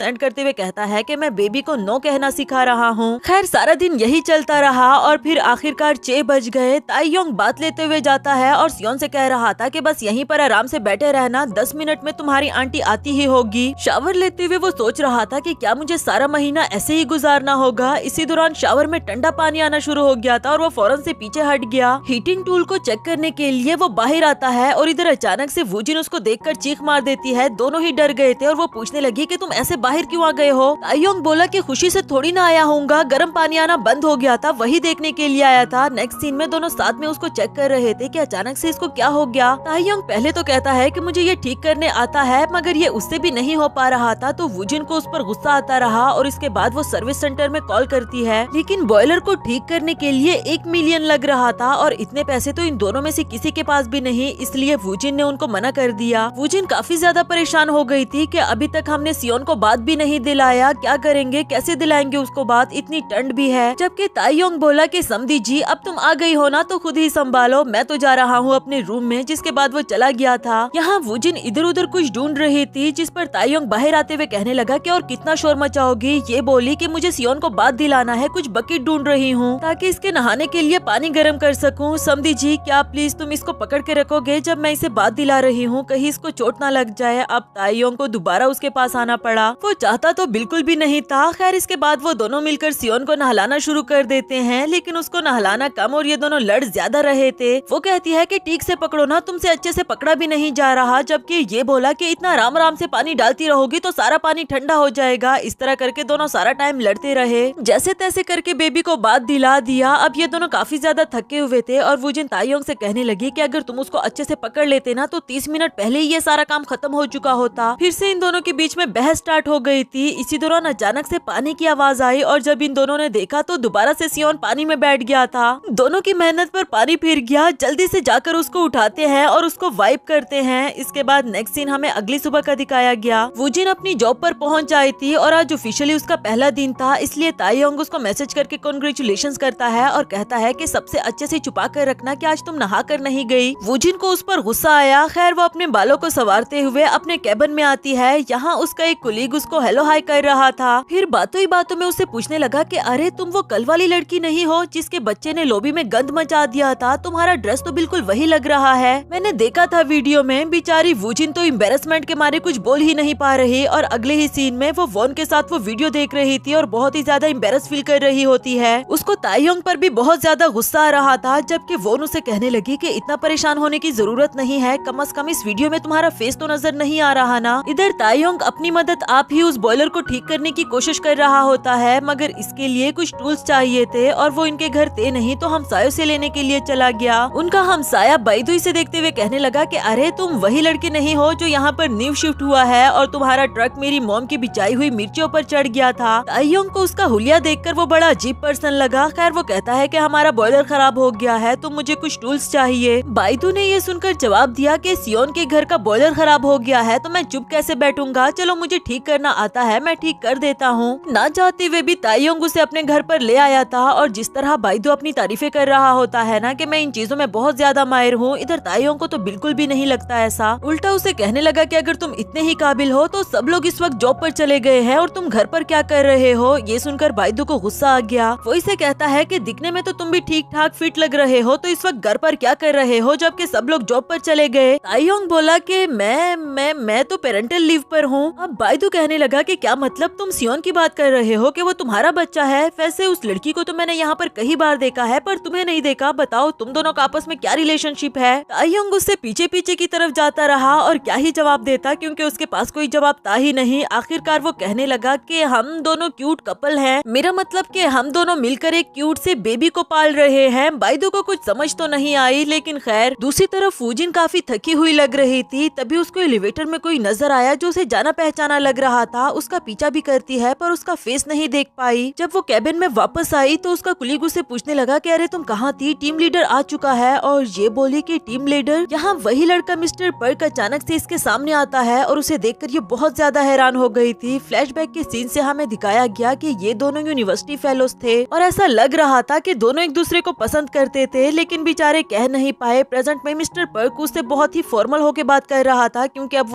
वो यहाँ का टीम लीडर है। कुछ टाइम बाद भी वूजिन को यकीन नहीं आ रहा था कि ये वही लड़का है और चुप चुप कर उसे देखती रही कि तभी उसने भी इसे देख लिया था। दूसरी तरफ बाइदू बॉयलर को ठीक करने के चक्कर में उसको बुरी तरह से जला देता है। ये देखकर तो ताईयोंग भी बहुत ज्यादा डर गया था और जब वो इधर मुड़ा तो बाइदू वहाँ से भाग चुका। नेक्स्ट सीन में वूजिन बस में बैठी हुई थकी हारी घर आती है और यही सोच रही थी कि मैं गर्म पानी का शावर लेना चाहती हूँ, लेकिन जब वो घर पहुँची और वो हीटिंग टूल देखा तो वो बिल्कुल ही बंद हो चुका था। अब वो ताईयोंग से पूछने लगी कि तुमने इसके साथ छेड़छाड़ी की है क्या? वो तो बिल्कुल ही अनजान बन रहा था कि नहीं नहीं मैं ऐसा क्यों करूंगा। जो सुनकर वूजिन सर्विस सेंटर कॉल करने वाली थी और इधर ताईयोंग कहता है कि ये लोग इतनी आसानी से नहीं मानेंगे, हमें इनसे गुस्से से बात करनी चाहिए। दिखाओ जरा मुझे दो अपना फोन। मैसेज टाइप करते हुए कहता है कि तुम लोग मेरी वाइफ का फोन क्यों नहीं उठा रहे। वूजिन ने फौरन उसके हाथ से ले लिया था कि इधर दो, तुम मुझे अपनी वाइफ क्यों कह रहे हो, इस तरह बात नहीं की जाती। बेबी सियोन इन दोनों को बहस करते हुए देख रहा था कि मुझसे ज्यादा बच्चे तो ये दोनों है। खैर इसके बाद ये लोग मिलकर कपड़े वॉश कर रहे थे। इसी दौरान वूजिन ग्रुप के मैसेजेस देख रही थी कि वो जो उस दिन वियर्ड कपल हमें लॉबी में नजर आया था ना, वो लड़की हमारे ही ग्रुप में है। ये देखकर वूजिन को बहुत ज्यादा गुस्सा आ रहा था और वो वीडियो ताईयोंग को दिखाते हुए कहने लगी कि ये देखो ये सब कुछ तुम्हारी वजह से हुआ, मैं ऑफिस में किसी से नजरें नहीं मिला पा रही। ताईयोंग भी क्या ही कहता, जान छुड़ाने के लिए कहने लगा कि इसमें तुम्हारा फेस नजर थोड़ी ना आ रहा है। इधर वूजिन बोली कि वो मेरे बारे में क्या सोच रहा होगा, मैं उसके सामने ऐसे नहीं जाना चाहती थी, वो मेरा पहला प्यार था, मैं उसको बहुत पसंद करती हूँ। इधर ताईयोंग को तो समझ नहीं आती कि ये लड़की पागल वागल तो नहीं हो गई, क्या बड़बड़ाई जा रही है। अगली सुबह वूजिन ने ठंडे पानी से शावर ले लिया था और अब वो खांसती ही जा रही थी। ताईयोंग ने जब देखा तो उसे कहने लगा कि इस तरह तुम बीमार हो जाओगी, पर वो बोली कि तुम अपने काम से काम रखो, मैं जा रही हूँ ऑफिस। इसके बाद वो बेबी को खाना खिलाने लग जाता है। आज का दिन भी यूं ही गुजर गया और कल का दिन 4th डे था कि अभी भी बॉयलर ठीक नहीं हुआ। आज दोबारा वूजिन ने ठंडे पानी से शावर लिया। उसे खांसते हुए देखकर ताईयोंग ने फिर से पूछा कि आज तुमने दोबारा ठंडे ठंडे पानी से शावर लिया तो वो बोली कि हाँ, जिसके बाद वो ऑफिस के लिए चली जाती है क्योंकि वो नहीं चाहती थी कि वो टीम लीडर को प्यारी ना दिखे। जब वो ऑफिस आई तो कुछ कुलीग्स आपस में बातें कर रहे थे कि कल के दिन टीम लीडर नहीं आने वाला, और ये सुनकर वूजिन खुश हो गई कि शुक्र है कल मुझे शावर लेने की जरूरत नहीं। अगली सुबह वो बगैर शावर लिए ऑफिस के लिए तैयार हो गई थी और आज तो बेबी सियोन को भी उसके पास से स्मेल आ रही होती है, लेकिन खैर उसे शावर तो फिर भी नहीं लेना और इस तरह वो ऑफिस पहुंच आई। यहाँ उसकी बदकिस्मती तो देखो कि मिस्टर पर्क पहले से आकर बैठा हुआ था, जिसे देखकर तो अब ये खुद को ही कोसने लगी कि आज तो इसे नहीं आना था।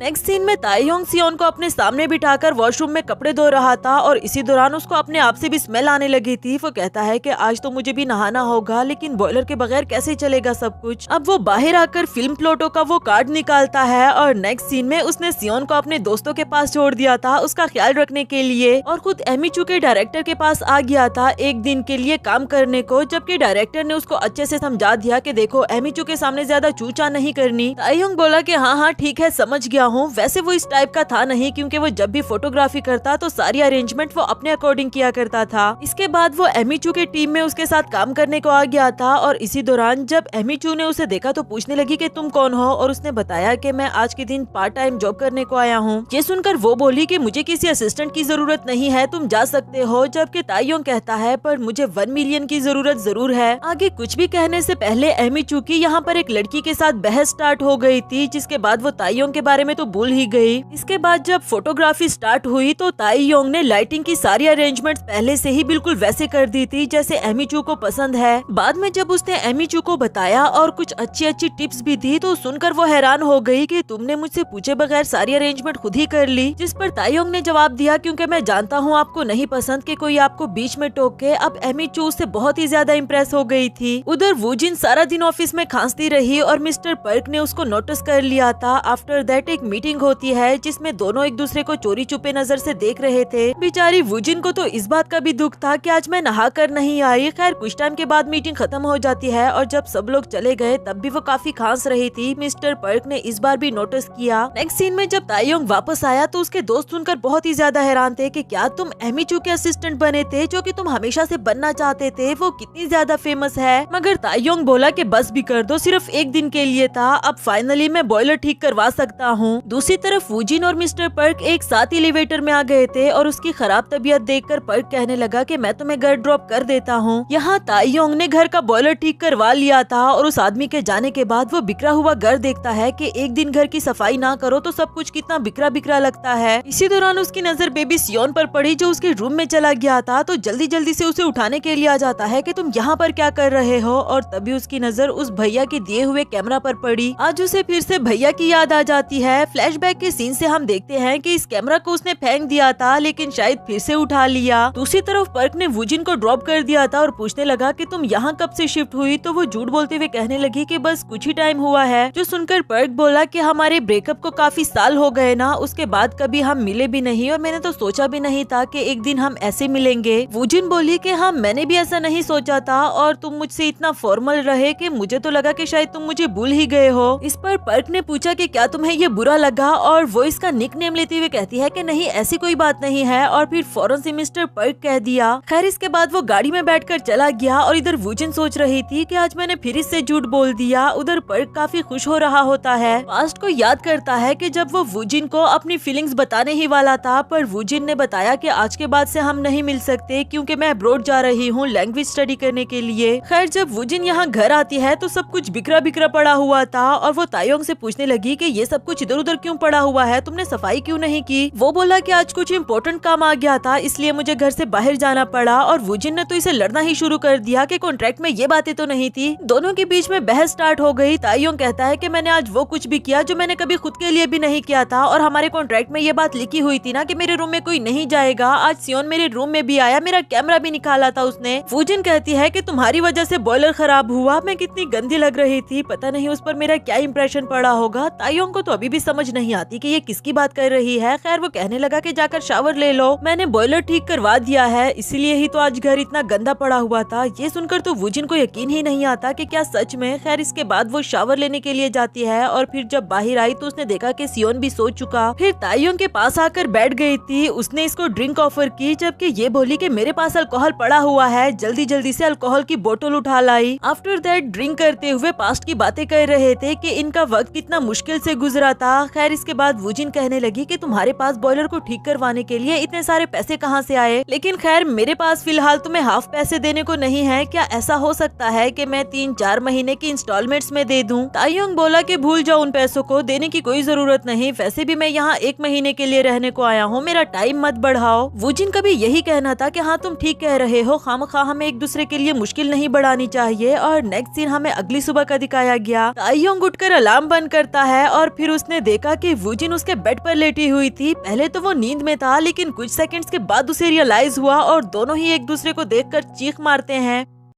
जल्दी जल्दी दोनों बेड से उठ गए थे। वूजिन कहने लगी कि तुमने मेरे साथ क्या किया है? वो बोला कि मैंने क्या किया, तुम मेरे बेड पर लेटी हुई थी, नजर नहीं आ रहा। इन दोनों के बीच में बहस चल रही थी और बेबी सियोन इन दोनों को मजे मजे से देखता रहा। इसके बाद जब दोनों बाहर आए और टेबल पर इतने सारी अल्कोहल की बोतल्स देखी तो इनको याद आया कि कल रात हमने एक अल्कोहल की बोतल नहीं पी थी, बल्कि एक एक करके निकालते गए और पीते गए, इसीलिए ही तो दोनों इतना ड्रंक हो गए। इसके बाद दोनों ने ही बहुत बच्चों वाली हरकतें की थी। ताइयोंग उसको अपने बचपन की चीजें दिखा रहा था, अपने रिवार्ड दिखा रहा होता है, जिस पर वूजिन कहने लगी कि अरे तुम तो कितने जीनियस हो। ताइयोंग को याद करके यकीन नहीं आता कि मैं ये सब कुछ कैसे कर सकता हूँ, जबकि वूजिन को भी याद आया कि रात में वो अपनी सिस्टर को याद करके ऊंचा ऊंचा रो रही थी। लेकिन अच्छी बात यह है कि कल रात इन दोनों के बीच में ऐसा कुछ भी नहीं हुआ था, बस गर्मी लगने की वजह से ताइयोंग ने अपनी शर्ट उतार दी थी। दोनों ही काफी ज्यादा एम्बेरस फील कर रहे थे और अपना मचाया हुआ गंद साफ करते हुए कहते हैं कि आज के बाद हम ड्रिंक नहीं करेंगे, बल्कि इस घर में आज के बाद ड्रिंक करना बैन। ताइयोंग गुस्से में अपने रूम में चला गया था कि तुम खुद सफाई करो, और इसके बाद काफी टाइम तक वो अपने रूम में रहा। असल में वो एम्बेरसमेंट के बारे बाहर नहीं आ पा रहा था। इधर वूजिन भी सियोन का ख्याल रखते हुए बार बार ताइयोंग पर नजर रख रही होती है। आज सारा दिन वो घर पर रहने वाली थी क्योंकि वीकेंड जो है। नेक्स्ट सीन में वूजिन ने जब अपनी फ्रेंड को बताया तो वो बहुत ही ज्यादा हैरान हो गई कि क्या तुमने उस लड़के के साथ नाइट स्पेंड की, और ये बोली कि धीरे से बोलो, मैंने उसके साथ नाइट स्पेंड नहीं की, बस अल्कोहल पीने की वजह से एक बेड पर आ गए थे। लेकिन अब वॉन उसको चिढ़ाने लगी थी कि कहीं तुम उसके लिए फीलिंग्स तो नहीं जनरेट करने लग गई। दूसरी तरफ ताइयोंग का भी यही हाल था। वो अपने दोस्तों के साथ वीडियो गेम खेल रहा होता है, पर उसका पूरा ध्यान उसकी तरफ था नहीं। तो दोस्त इससे पूछने लगे कि तुम्हें हुआ क्या है, बड़े अजीब बिहेव कर रहे हो, बताओ उस लड़की के साथ तुम्हारी लाइफ कैसी गुजर रही है? अरे अब तो तुम्हारे बालों से लड़कियों के शैम्पू की खुशबू भी आने लग गई। ताइयोंग को गुस्सा आ गया कि उससे मेरी मुलाकात ही कब होती है, वो तो सारा दिन घर पर होती ही नहीं, मुझे यहाँ आना ही नहीं चाहिए था, जो कहकर वो जाने लगा। और तभी उसका दूसरा दोस्त उसे पूछने लगता है कि क्या वो प्यारी है, मेरा मतलब तुम्हारी समधी जी प्यारी है क्या? ताइयोंग के पास तो इस सवाल का कोई भी जवाब नहीं था। इसके बाद जब वो घर आता है तो घर के बाहर ही उसकी वूजिन से मुलाकात हो गई और दोनों को एम्बेरसमेंट के बारे समझ नहीं आती कि बात क्या करे। इसके बाद घर में भी इन दोनों की टकरार बार बार एक दूसरे से होती रही, ना चाहते हुए भी एक दूसरे के सामने आ जाते थे। और सिर्फ यही नहीं, अब तो एक दूसरे के बारे में सोचने भी लग गए। वूजिन ने गलती से अपनी ब्रा वॉशरूम में छोड़ दी थी, जो कि ताइयोंग ने देख ली थी, लेकिन वो उसे इस बारे में पता चलने नहीं देता। यहाँ वूजिन स्लाइडिंग विंडो ओपन कर रही होती है और तभी ताइयोंग की उस पर नजर पड़ गई। आज पहली बार उसे ये बहुत प्यारी लगने लगी और अपने दोस्त की बात याद आई कि वो प्यारी है क्या। जब वूजिन ने इसे देखा कि क्या हुआ, ऐसे घूर क्यों रहे हो, तो ये जल्दी से बात बदल देता है। इसके बाद ताइयोंग कुछ ठीक करने की कोशिश कर रहा था और तभी वूजिन उसके मसल देखती रही। उसको भी वॉन की कही हुई बात याद आती है कि कहीं तुम उसकी तरफ अट्रैक्ट तो नहीं होने लगी, जो कि अब वो सच में होने लगी थी।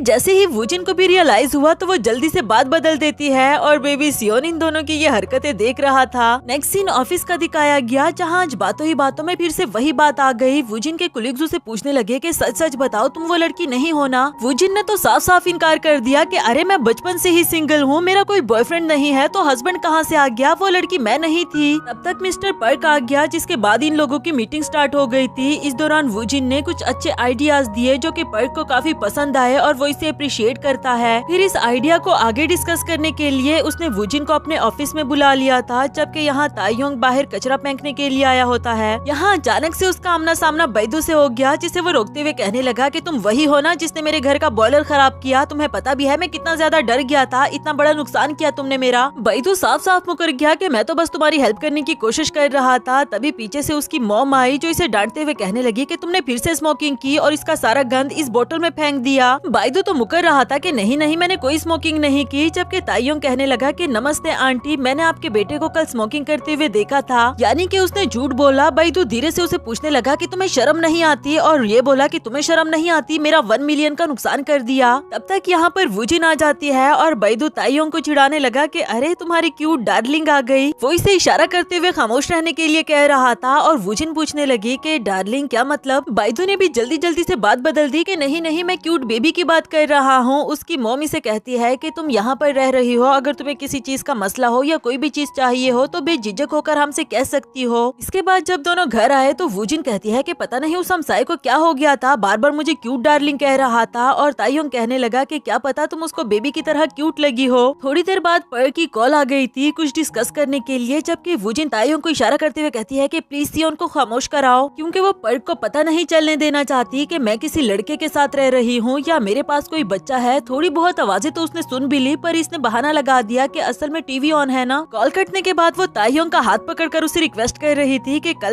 मैं जरा ओवर टाइम जॉब करूंगी और आने में देर हो सकती है, क्या प्लीज तुम सियोन का ख्याल रखोगे। ताइयोंग तो वैसे ही इसकी तरफ अट्रैक्ट होने लगा था। सबसे पहले अपना हाथ छुड़ाया कि हाँ हाँ ठीक है, और इसके बाद जल्दी से रूम में चला गया। इसके बाद जब वो आधी रात को रूम से बाहर आया तो उसने देखा कि वुजिन अभी भी काम कर रही है, तो उसके पास पानी रख दिया। और कुछ टाइम के बाद जब सुबह हो गई थी तब भी उसने देखा कि वुजिन ने अभी तक काम करना बंद नहीं किया। पता नहीं क्यों, लेकिन अब उसको वुजिन की तबीयत की ज्यादा फिक्र होने लग गई। सियोन के साथ साथ अब वो वुजिन का भी ख्याल रख रहा था। उसके ऑफिस चले जाने के बाद ये उसकी पिक्चर को देखते हुए कह रहा था कि यहाँ पर वुजिन बहुत क्यूट लग रही है। आफ्टर दैट घर की सफाई करते हुए उसको वही स्टार मिला जो कल रात वुजिन ने अपने फेस पर लगाया हुआ था, और वो इसे बता रही थी कि मैंने और सिस्टर ने कितनी गरीबी के और मुश्किल दिन गुजारे थे, लेकिन मेरी सिस्टर ने कभी भी मुझे किसी चीज की कमी फील होने नहीं दी। और रेनी डेज में तो वो मेरे लिए चीज पैनकेक बनाया करती थी। प्रेजेंट में उसने बारिश देखी तो वुजिन के लिए चीज पैनकेक बनाने लगा ताकि उसको अच्छा फील हो। और सियोन से कहता है कि चलो तुम्हारी आंटी को एक दफा कॉल करके पूछ ले। देखो मुझे उसकी कोई फिक्र नहीं है, लेकिन तुम चाहते हो इसलिए मैं उसको कॉल कर रहा हूँ। फिर जब उसने वुजिन को कॉल की, वुजिन ने बताया कि मैं 8 बजे तक घर आ जाऊंगी और हाँ साथ में डिनर के लिए भी कुछ ले आऊंगी। पर ताइयोंग कहने लगा कि मैंने बना लिया है, बस तुम जल्दी जल्दी से आ जाना। यहाँ पर्क ने वुजिन के जिम्मे कुछ और काम लगा दिया था, जिसकी वजह से उसे 8 बजे के बाद भी यहाँ पर रुकना पड़ा। और बेचारा ताइयोंग यहाँ बैठा हुआ उसका वेट करता रहा। कुछ टाइम के बाद उसने वुजिन को दोबारा कॉल की, जिस पर वुजिन को रियलाइज हुआ कि काफी देर हो गई है, और वो कहती है कि बस मैं आधे घंटे में पहुंच रही हूँ। यहाँ ताइयोंग सियोन से कह रहा था कि बाहर बारिश हो रही है और तुम्हारी आंटी अपने साथ अम्ब्रेला भी लेकर नहीं गई, शायद मुझे उसको बस स्टॉप से रिसीव करना चाहिए। देखो ये सब कुछ मैं इसलिए कर रहा हूँ क्योंकि इंसानियत भी तो किसी चीज का नाम है ना। गुड बॉय, तुम मुझे अच्छे से समझ रहे हो। जिसके बाद उसने सियोन को पड़ोसियों के हाथ छोड़ दिया। बैदू अभी भी उसे चिढ़ाने की कोशिश कर रहा था कि क्यूट डार्लिंग को लेने जा रहे हो क्या, जबकि उसकी मॉम उसे कान से पकड़कर अंदर ले आई। वहाँ वुजिन घर के लिए निकल ही रही थी कि मिस्टर पर्क ने उसको रोक दिया कि चलो मैं तुम्हें ड्रॉप कर देता हूँ, रास्ते में हम प्रोजेक्ट के बारे में डिस्कस भी कर लेंगे। अब मजबूरन भी वुजिन को उसके साथ जाना पड़ा। दूसरी तरफ बेचारा ताइयोंग काफी टाइम से खड़ा बस स्टॉप पर वेट कर रहा था, इवन के वो खुद भी गीला हो जाता है। तभी उसने देखा कि वुजिन को कोई लड़का ड्रॉप करने के लिए आया है। उसका सूट बूट और उसकी पर्सनैलिटी देखकर वो अब इसको खुद से बेहतर लग रहा था, या शायद जेलस फील कर रहा है। पर्क के जाने के बाद वुजिन ने भी इसे यहाँ पर देख लिया था, और ये कुछ भी कहे बगैर वहाँ से जाने लगता है। शायद वुजिन को भी बुरा लगा। घर आने के बाद उसे पूछने लगी कि तुम वहाँ काफी टाइम से खड़े थे क्या, और वो इस पर गुस्सा करते हुए कहता है कि तुमने तो कहा था कि तुम्हारी सिस्टर के बाद अब तुम्हारे पास कोई अम्ब्रेला नहीं रहा, तो वो लड़का कौन था। कुछ देर बहस करने के बाद वो रूम में चला गया था। इधर वुजिन ने जब वो पैनकेक खाया तो उसको रियलाइज हुआ कि इसने मेरे लिए कितनी मेहनत की। इधर ताइयोंग दरवाजा खोलते हुए कहता है कि ऐसे वादे मत किया करो जिसको तुम पूरा ना कर सको, और इंतजार करने से मुझे सबसे ज्यादा नफरत है। जो कहकर उसने दरवाजा बंद कर दिया। इसके बाद नेक्स्ट सीन में एमी चू का इंटरव्यू दिखाया जाता है, जिसमें वो ताइयोंग की बात कर रही थी और उसकी तारीफ कर रही होती है। ये वाला इंटरव्यू वॉन और वुजिन ने भी रास्ते में देख लिया था। उनको तो यकीन ही नहीं आता कि ये सच में ताइयोंग की बात कर रही है। इधर ताइयोंग को भी अपनी तारीफ सुनकर काफी अच्छा लगा, जबकि उसके दोस्त तो उसे मैसेजेस करके कह रहे थे कि वाह भाई ट्रीट कब दे रहा है। वुजिन जब घर आई तो ताइयोंग को कांग्रेचुलेशंस करते हुए वो फोटोग्राफी की बुक भी खरीद लाई थी, और सियोन से कहती है कि तुम्हारा अंकल तो कितना अमेजिंग है। ताइयोंग को भी अच्छा लगा कि वुजिन इसको अप्रिशिएट कर रही है। तभी उसे एमी चू की कॉल आ जाती है, जो इसे कहती है कि कल आ जाना अपना कैमरा लेकर, और साथ ही कॉल भी कट कर दिया।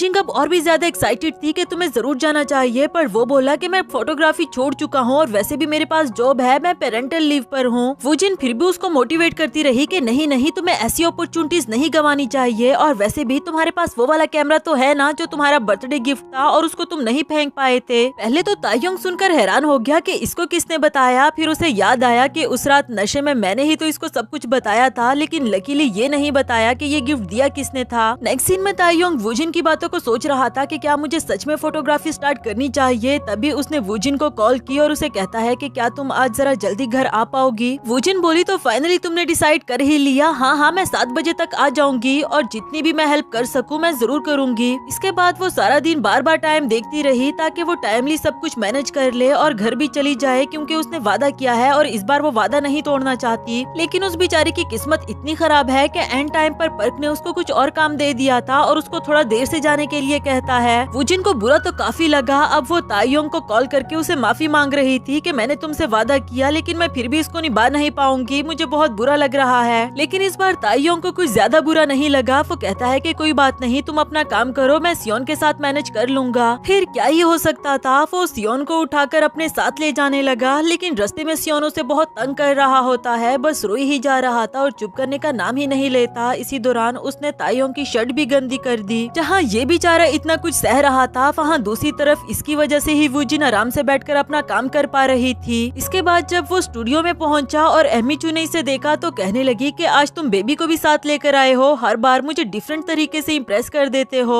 चलो ऊपर आ जाओ। ऊपर जाने के बाद तायोंग उसे बता रहा था कि असल में कुछ सिचुएशन ही ऐसी बन गई कि मुझे बेबी को साथ लाना पड़ा। खैर एमिचू को तो वो बहुत इम्प्रेसिव लग रहा था और इसको 3 घंटे दे दिए कि फोटोग्राफी का ये वाला टास्क तुम इसमें कंप्लीट करो। इसके बाद उसने फोटोग्राफी के लिए सारी अरेंजमेंट करना शुरू कर दी। सियोन को साइड पर बिठा देता है कि बेटा यहाँ पर आराम से बैठे रहना। वैसे तो वो इतने सालों के बाद फोटोग्राफी कर रहा है, लेकिन उसे करने में मजा आ रहा था। जबकि दूसरी तरफ वुजिन और पर्क मिलकर काम कर रहे होते हैं, तो इससे वुजिन को याद आया कि एक बार यूनिवर्सिटी लाइफ में भी ऐसे सारी रात जागकर हमने एक प्रोजेक्ट पर काम किया था ताकि स्कॉलरशिप जीत सके। पर्क से कहने लगी कि वो भी क्या दिन थे ना जब हमने स्कॉलरशिप के लिए इतनी मेहनत की, और पर्क कहता है कि स्कॉलरशिप के लिए नहीं बल्कि सारी रात तुम्हारे साथ बैठे रहने के लिए मैंने ये सब किया था। वुजिन को ये सुनकर अच्छा लगा क्योंकि शायद अभी भी वो उसे पसंद करती थी। दूसरी तरफ तायोंग को दिखाया गया जो कि फोटोग्राफी में बिजी था। तभी उसे कुछ गिरने की आवाज आई और वो जल्दी से आता है। उसने देखा कि बेबी सियोन को चोट लग गई है। उसको उठाते हुए हॉस्पिटल ले आया।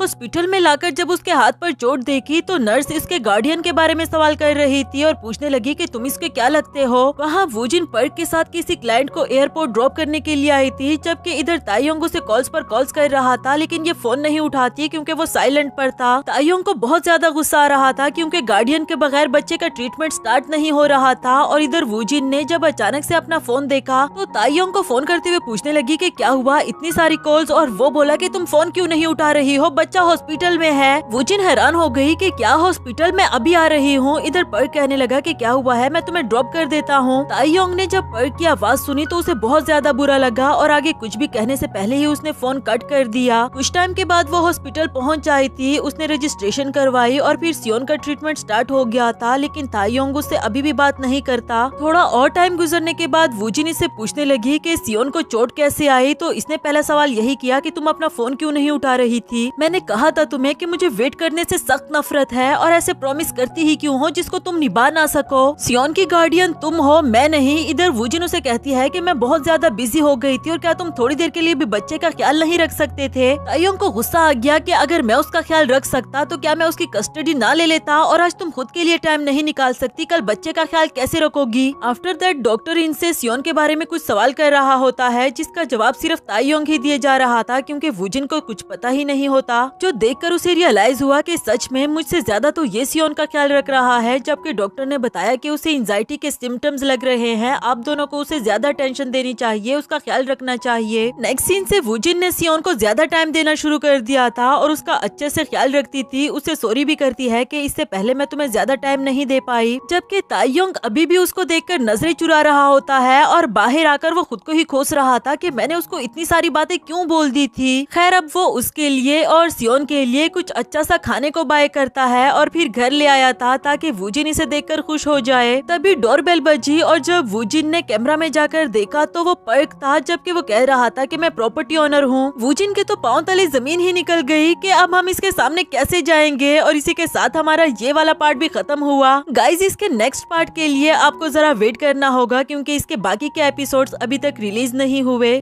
हेलो दोस्तों, तो बढ़ते हैं इस सीरीज के 5th एपिसोड की तरफ, क्योंकि इसके पहले के 4 एपिसोड मैं पार्ट 1 और पार्ट 2 में एक्सप्लेन कर चुकी हूँ, जो कि आपको मेरे इसी चैनल पर मिल जाएंगे। एपिसोड की शुरुआत बिल्कुल उसी सीन से होती है जहाँ वूजिन ने कैमरा में पर्क को आते हुए देख लिया था। अब तो उसे कुछ भी समझ नहीं आती कि क्या करूँ। जल्दी से ताइयोंग को पुश करते हुए उसके रूम में पहुँचा दिया कि प्लीज 10 मिनट के लिए यहीं पर रहना और बिल्कुल खामोश रहना। सिर्फ यही नहीं बल्कि जल्दी से सियोन को भी उठाते हुए इसके पास ले आई थी। बाहर पड़ा हुआ सारा सामान भी इधर उधर कर दिया ताकि पर्क को कुछ पता ना चले। इसके बाद जाकर उसने पर्क के लिए दरवाजा खोला। उसको देखकर अनजान बन रही थी कि अरे यनसियोंग आप, जो कि उसका निक नेम था, जबकि इधर ताइयोंग और बेबी सियोन उसे दरवाजे से देख रहे थे। ताइयोंग को याद आया कि वूजिन ने बहुत बार इसका नाम मेरे सामने लिया था कि मैं उसकी नजर में गंदी नहीं बनना चाहती, और ये भी कहा था कि वो मेरा फर्स्ट लव है, मैं उसको बहुत प्यार करती थी। अब वो सारी कहानी समझ चुका था, जबकि पर्क घर में इधर उधर देख रहा होता है और वूजिन जल्दी जल्दी से उसके सामने आ जाती क्योंकि वो नहीं चाहती थी कि उसकी नजर किसी भी ऐसी चीज पर पड़े कि उसे ताइयोंग और बेबी सियोन के बारे में पता चल जाए। तभी उसने हाथ में टेडी बियर उठाया और पूछने ही वाला था कि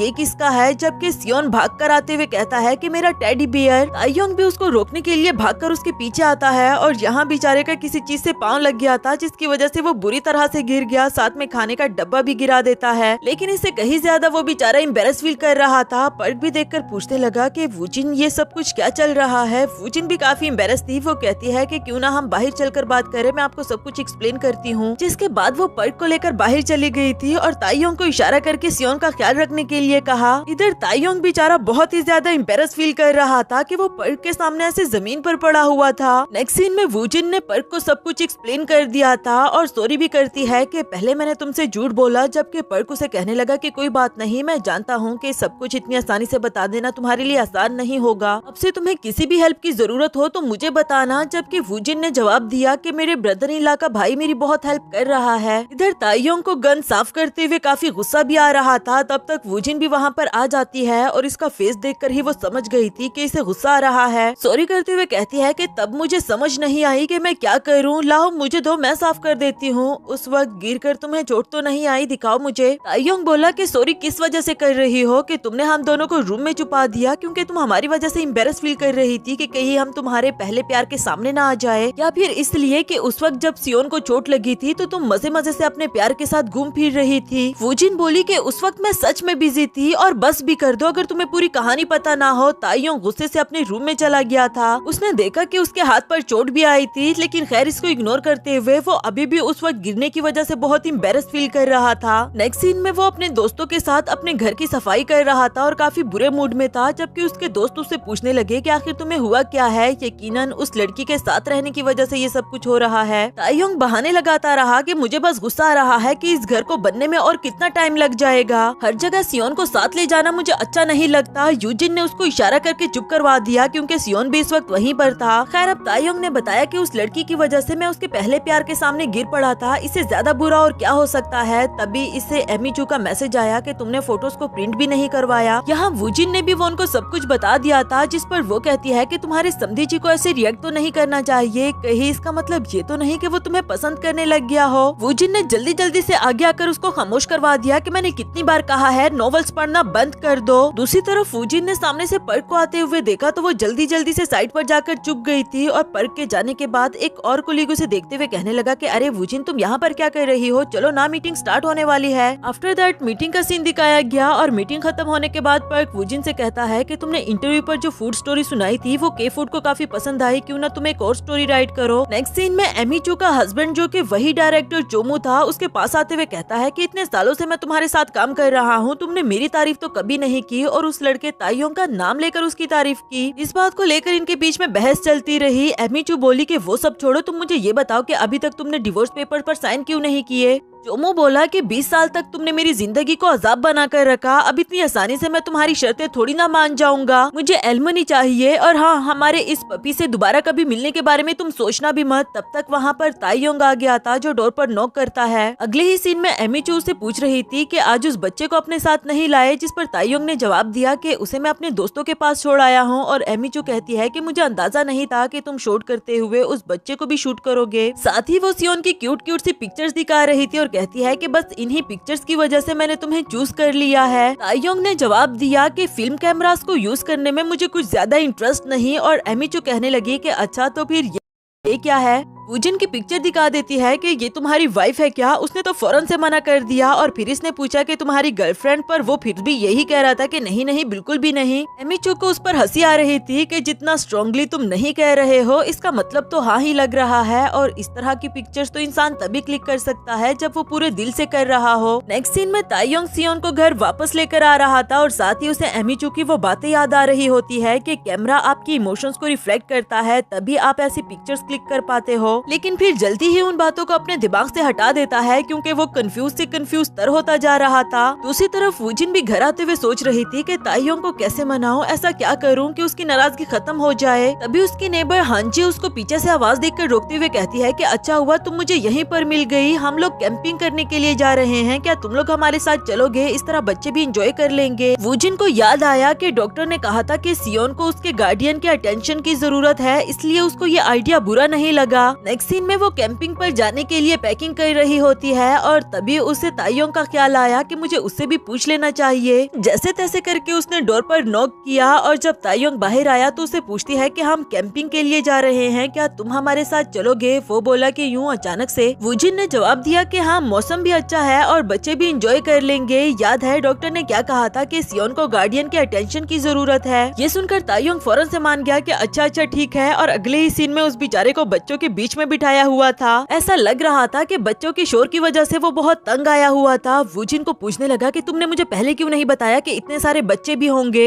वो बोली कि थोड़ी देर सब्र करो ना, जब पहुंच जाएंगे तो सब कुछ ठीक हो जाएगा। इसके बाद वो सभी लोग पहुंच जाए थे और अब कैंप लगाने की बारी आई। वूजिन काफी कोशिश कर रही होती है पर उसे नहीं हो पाया, तो ताइयोंग कहने लगा कि ये तो मेरे बाएं हाथ का काम है, लाओ मैं कर देता हूँ। और फिर फटाफट से स्टार्ट हो गया। जितना जल्दी जल्दी वो इसे लगा रहा था, ऐसा लग रहा है कि वाकई ही उसके बाएं हाथ का काम है। थोड़ी ही देर में कैंप भी खड़ा हो गया, लेकिन उसमें से बाहर आता है हांजी का हस्बैंड इम सियोंग, जो कि उन दोनों को लगे हुए देखकर उन पर हंसने लगा। वूजिन को भी ताइयोंग पर गुस्सा आ रहा था कि तुम तो कह रहे थे ये तुम्हारे बाएं हाथ का काम है, अब तुमसे हो ही नहीं रहा। और वो कहता है कि इसमें मेरी क्या गलती, तुम्हारा टेंट ही किसी काम का नहीं है। इम सियोंग ने इनके पास आकर पूछा भी कि मेरी हेल्प चाहिए क्या। वूजिन तो हाँ कहना चाह रही थी, पर ताइयोंग ने फौरन से मना कर दिया कि नहीं नहीं, हम कर लेंगे, तुम जाकर अपने बच्चों के साथ थोड़ी देर खेल लो। अब वूजिन को उस पर और ज्यादा गुस्सा आने लगा। खैर थोड़ी देर में जैसे तैसे करके उन लोगों ने टेंट तो लगा लिया था और इसे देखकर खुश हो रहे होते हैं कि तब तक वहाँ पर बच्चे पहुँच जाए। उन लोगों ने थोड़ी सी एफर्ट्स लगाई और ये टेंट गिर पड़ा, यानी कि इन लोगों की मेहनत बेकार चली गई और अब दोबारा से लगाना पड़ेगा। कुछ टाइम के बाद हम देखते हैं कि बेचारे ताइयोंग ने ये मेहनत फिर से कर ली थी और वो वूजिन से कहता है कि मुझे अब समझ में आई कि मुझे कैंपिंग करना बिल्कुल भी नहीं पसंद। वूजिन ने हंसते हुए जवाब दिया, मगर हमारी सारी मेहनत बेकार नहीं गई, हमारा गोल पूरा हुआ। वो देखो सियोन मजे मजे से बच्चों के साथ खेल रहा था और यही तो ये दोनों चाहते थे। खैर अब ये दोनों एक दूसरे से कल के बारे में बात करना चाह रहे थे और इससे पहले कि कुछ कह पाते तभी उन बच्चों में से एक ने आवाज दी कि सियोन का पैम्पर चेंज कर दे, जिसकी वजह से वूजिन वहाँ से उठकर चली गई। जबकि ताइयोंग के पास हांजी की बेटी आते हुए कहती है कि मिस्टर सोन, क्या आप मेरे बॉयफ्रेंड के लिए मेरी कुछ पिक्चर्स क्लिक कर देंगे। वो इसके हाथ से कैमरा लेते हुए कहता है कि बॉयफ्रेंड रखने के लिए अभी तुम बहुत छोटी हो, और दूसरी बात ये कि मिस्टर सोन कहने के बजाय मुझे अंकल कह दिया करो। आफ्टर दैट वो सिर्फ उस बच्ची की नहीं बल्कि सभी मेंबर्स की पिक्चर्स क्लिक करता है, जिसमें सियोन और वूजिन की भी कर रहा था। थोड़ी देर तक इनकी ये वीडियो और पिक्चर शूटिंग चलती रही, जिसके बाद ताइयोंग अपने कैंप में आते हुए कहता है कि मैं तो बहुत ज्यादा थक गया, ये बच्चे तो बिल्कुल भी नहीं थकते। तभी उसे फोन की आवाज सुनाई दी जो कि वाइब्रेशन पर लगा हुआ था। उसने अपना फोन चेक किया तो उसे तो कोई कॉल नहीं आ रही। तभी उसे वूजिन का फोन नजर आया जिस पर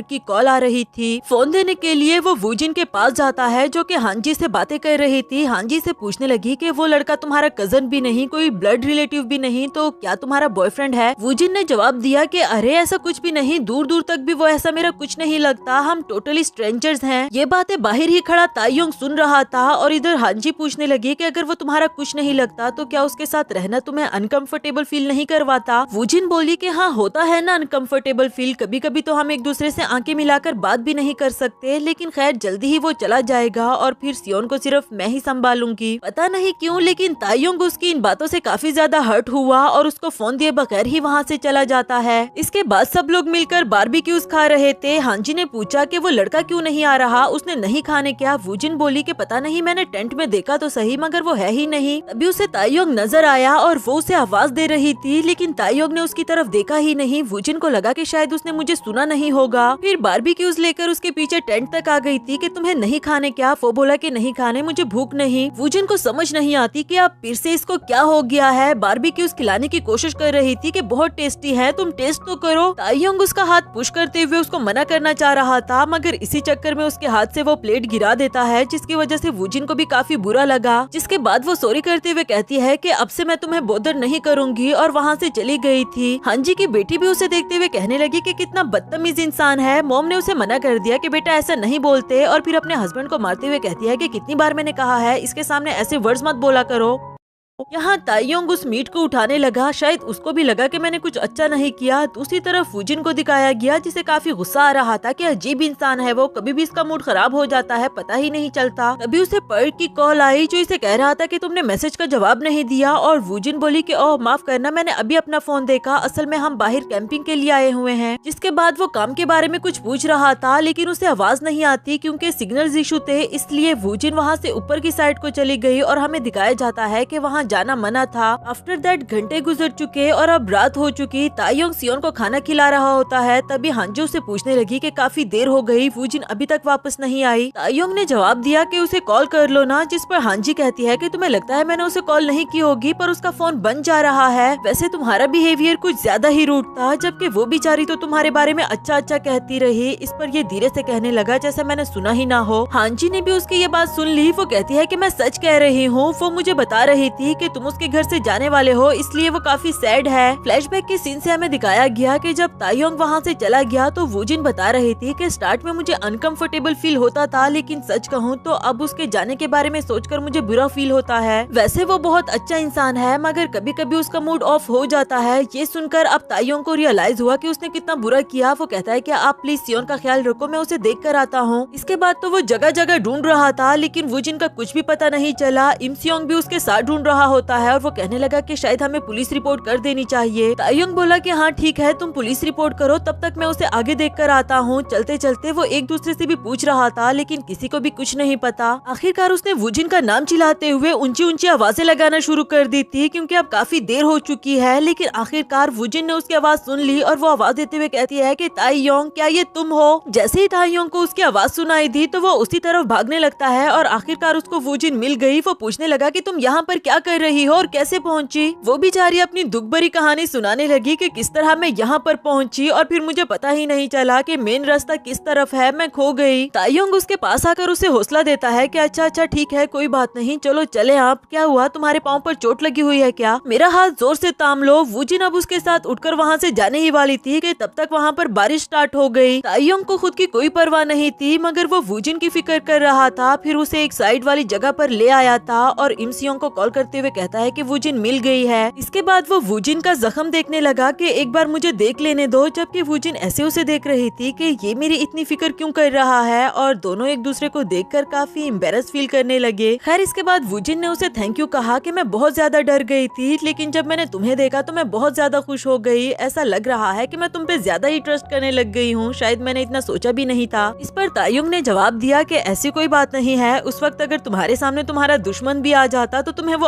अच्छा ही लगता। जिस पर वूजिन ने उसे डांटना शुरू कर दिया कि तुम कुछ अच्छा नहीं बोल सकते क्या, बस सीधा सीधा यू आर वेलकम ही बोल दो। तायुंग ने जवाब दिया कि बारिश मुझे इसलिए नापसंद नहीं है क्योंकि मैं उसमें भीग जाता हूँ, बल्कि एक और भी वजह है जो कि तुम्हारी रीजन के बिल्कुल ऑपोजिट है। तुम्हें बारिश इसलिए पसंद है क्योंकि तुम्हारी सिस्टर तुम्हें पिकअप करने के लिए आती थी और तुम्हारे लिए अच्छा खाना बनाती थी, लेकिन मेरे केस में जब भी बारिश होती थी तो मैं किसी का बहुत बेसब्री से इंतजार करता था कि शायद वो मुझे लेने आ जाए, लेकिन ऐसा कभी भी नहीं हुआ। वो एक बार भी नहीं आया। प्रेजेंट पे उसने देखा कि वूजिन मेरी वजह से काफी सैड हो गई है, तो अब वो बात को मजाक में लेने लगा कि हाँ तुम्हारे उस फेवरेट जिनो की बात कर रही हूँ, वो इतना भी अच्छा नहीं था। खैर बारिश रुक गई है, हमें अब चलना चाहिए। इधर वूजिन कहने लगी कि आज के बाद से बारिश में मैं तुम्हें पिकअप करने के लिए आया करूंगी। हर बारिश का तो वादा नहीं कर सकती, हाँ लेकिन समटाइम्स मैं जरूर आऊंगी। तुमने कहा था ना कि तुम्हारा कभी कोई अम्ब्रेला था ही नहीं, तो आज से मैं तुम्हारा अम्ब्रेला बनूंगी। उसकी ये बातें सुनकर तायुंग तो जैसे इमोशनल ही हो गया हो। इसके बाद वो वूजिन को उठाते हुए ला रहा था और साथ ही उसे डांट रहा होता है कि कुछ खाया पिया करो, इतनी हल्की हो तुम। जबकि वूजिन पूछने लगी कि क्या अब से हम फ्रेंड्स बन गए, जिस पर तायुंग कहने लगा कि क्या मतलब, कैसे फ्रेंड्स। और इस पर वूजिन को गुस्सा आ जाता है कि अब भी तुम मुझे अपना फ्रेंड नहीं बना रहे, फिर मुझे नीचे उतारो नीचे उतारो। तायुंग को मजबूरन कहना पड़ा कि अच्छा ठीक है, हम दोस्त बन गए हैं। वूजिन काफी खुश हो गई और कहती है कि अब से हम अच्छे दोस्तों की तरह बात किया करेंगे। नेक्स्ट सीन में वापस आकर उसने हांजी को सॉरी की कि मेरी वजह से आप लोग भी परेशान हुए, लेकिन हम अब वापस जाना चाहते हैं। जिस पर हांजी बोली कि इस वक्त तो इमसियोन ने ड्रिंक कर रखी है। वूजिन ने जवाब दिया कि अरे कोई बात नहीं, हम टैक्सी करवा के चले जाएंगे। जिसके बाद वो टैक्सी में बैठकर वापस जा रहे होते हैं और पीछे बैठा हुआ तायुंग सियोन से बातें कर रहा था। वूजिन को जब याद आया कि उस वक्त तायुंग मुझे किस तरह से प्रोटेक्ट कर रहा था, तो उसे काफी अच्छा लगा। इसके बाद नेक्स्ट सीन में वो लोग घर पहुंच आए थे। अंदर इंटर होने से पहले तायुंग उसे कह रहा था कि क्यों ना हम डॉक्टर के पास चले, जबकि वूजिन कहती है कि आज वीकेंड नाइट है, मैं कल चली जाऊंगी। इसके बाद तायुंग सियोन से कहता है कि चलो आंटी का शुक्रिया अदा करो कि वो हमें एंजॉय कराने के लिए लेकर गई थी। और इधर वूजिन बोली कि मैंने कहा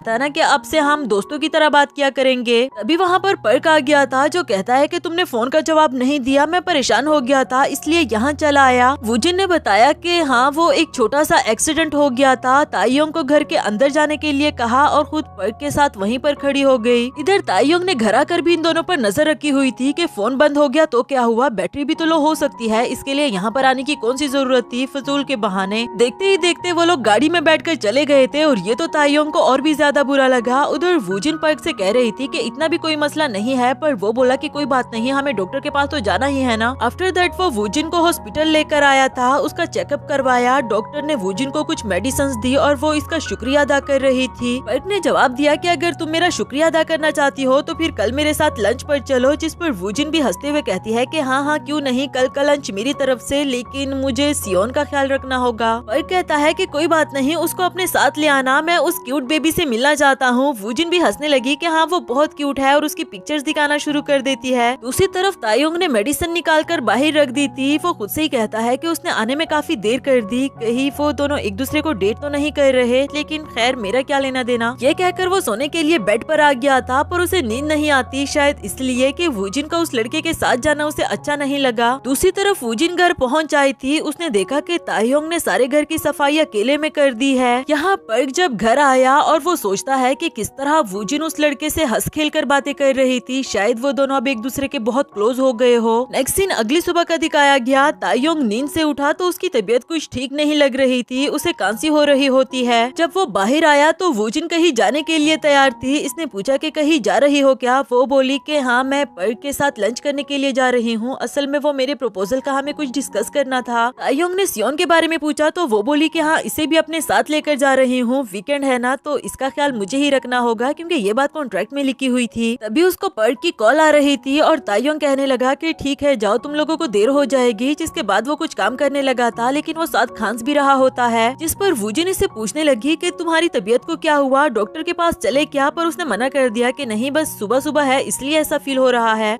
वूजिन ने उसको बार बार पूछा पर वो यही कहता रहा कि मैं ठीक हूँ, तुम जाओ तुम्हें देर हो रही है। जिसके बाद अब वूजिन भी सियोन को लेकर जाने ही वाली थी। एक बार फिर भी दरवाजा खोलकर उसे कह देती है कि फिक्र नहीं करो, मैं जल्दी ही वापस आ जाऊंगी। और जाते हुए भी उसने कई बार सोचा कि मुझे इसे छोड़कर जाना भी चाहिए कि नहीं। तायुंग भी उसे ऐसे देख रहा था जैसे वो कहना चाहता हो कि प्लीज मत जाओ, मगर वो ये कैसे कहता। खैर उधर पर्क उन दोनों को रिसीव करने के लिए आ गया था और वो साथ में सियोन के लिए एक टेडी बियर गिफ्ट लाया होता है, जिसे देखकर सियोन काफी ज्यादा खुश हो गया। इसके बाद गाड़ी में जाते हुए पर्क बता रहा था कि आज मैंने जरा कैजुअल ड्रेसिंग की क्योंकि मैं चाहता था कि सियोन को अच्छा फील हो। इस पर वूजिन कहने लगी कि अरे तुम्हारी ये ड्रेसिंग देखकर तो मुझे यूनिवर्सिटी वाले दिन याद आ गए। याद है तुम लड़कियों में कितना फेमस हुआ करते थे। पर्क भी उसकी बातें सुनकर हंसने लगा। वो कहता है कि हर वैलेंटाइन डे पर मेरा मेल बॉक्स मैसेजेस से भरा हुआ होता था और दोनों ही इस बात पर हंसने लगे। इसके बाद लंच का सीन दिखाया गया जहाँ पर्क ने वूजिन को इम्प्रेस करने के लिए काफी कुछ बनवा रखा था और इवन के कल रात ही शेफ को ऑर्डर दे दिया था सियोन के लिए बेबी फूड बनाने को। इसके बारे में सुनकर वूजिन को काफी अच्छा लगा, जबकि इधर पर्क उसे देखता रहा। ऐसा लग रहा है कि वो फिर से इसे अपनी फीलिंग्स कॉन्फेस करेगा, मगर फिलहाल तो वो इतना ही कह देता है कि क्यों ना हम एक दूसरे के साथ फिर से वैसे ही रहे जैसे हम यूनिवर्सिटी में रहा करते थे। कोई फॉर्मेलिटी दिखाने की जरूरत नहीं। वूजिन को भी जरा फिशी सा फील हुआ, लेकिन खैर फिर वो सियोन का ख्याल रखने लगी। और दूसरी तरफ हमें ताइयोंग को दिखाया जाता है। उसकी तबीयत अभी भी काफी खराब थी। उसने अपने लिए नूडल्स बनाए, मगर इसका टेस्ट उसे अच्छा नहीं लगा तो वापस रख देता है। बार बार टाइम देखता रहा कि भला लंच में इतना टाइम किसको लगता है। तभी इमसियोन की बेटी ने इसे पिक्चर्स शेयर की कि मिस्टर सोन ये कल वाली सारी फैमिली पिक्चर्स हैं। ताइयोंग अब इसमें वूजिन को देखने लगता है और बस देखता ही रह गया। साथ ही उसे एमीचू की बात याद आ गई कि कैमरा आपकी इमोशंस को रिफ्लेक्ट करता है। किसी चीज के लिए जब आपका इंटरेस्ट ही ना हो, प्यार ही ना हो आपके दिल में, तो उसकी आप इतनी अच्छी पिक्चर्स क्लिक कर ही नहीं सकते। अब थोड़ा थोड़ा ताइयोंग को समझ आने लगा कि असल में उसके साथ हो क्या रहा है। इसके बाद उसे वूजिन की भी वो बातें याद आने लगी कि मैं तुम्हारा अम्ब्रेला बनूंगी और मैं तुम्हें बारिश में पिक करने के लिए आया करूंगी। ये सब कुछ सोचकर उसे काफी अच्छा लग रहा था। इसके बाद वो बेड पर आ गया, लेकिन अब उसे काफी बुखार हो रहा था। वूजिन ने इसे काफी सारे मैसेजेस किए हुए थे कि तुम्हारी तबीयत कैसी है, तुमने कुछ खाया कि नहीं, लेकिन इसका फोन साइलेंट पर था। वो इसे कॉल्स भी करती रही पर इसे कुछ पता नहीं चला। वूजिन को अब उसकी काफी फिक्र हो रही थी। खैर वो सियोन को लेकर पर्क के पास आती है और ये लोग आपस में ही कुछ हंसी मजाक शुरू कर देते हैं। इसी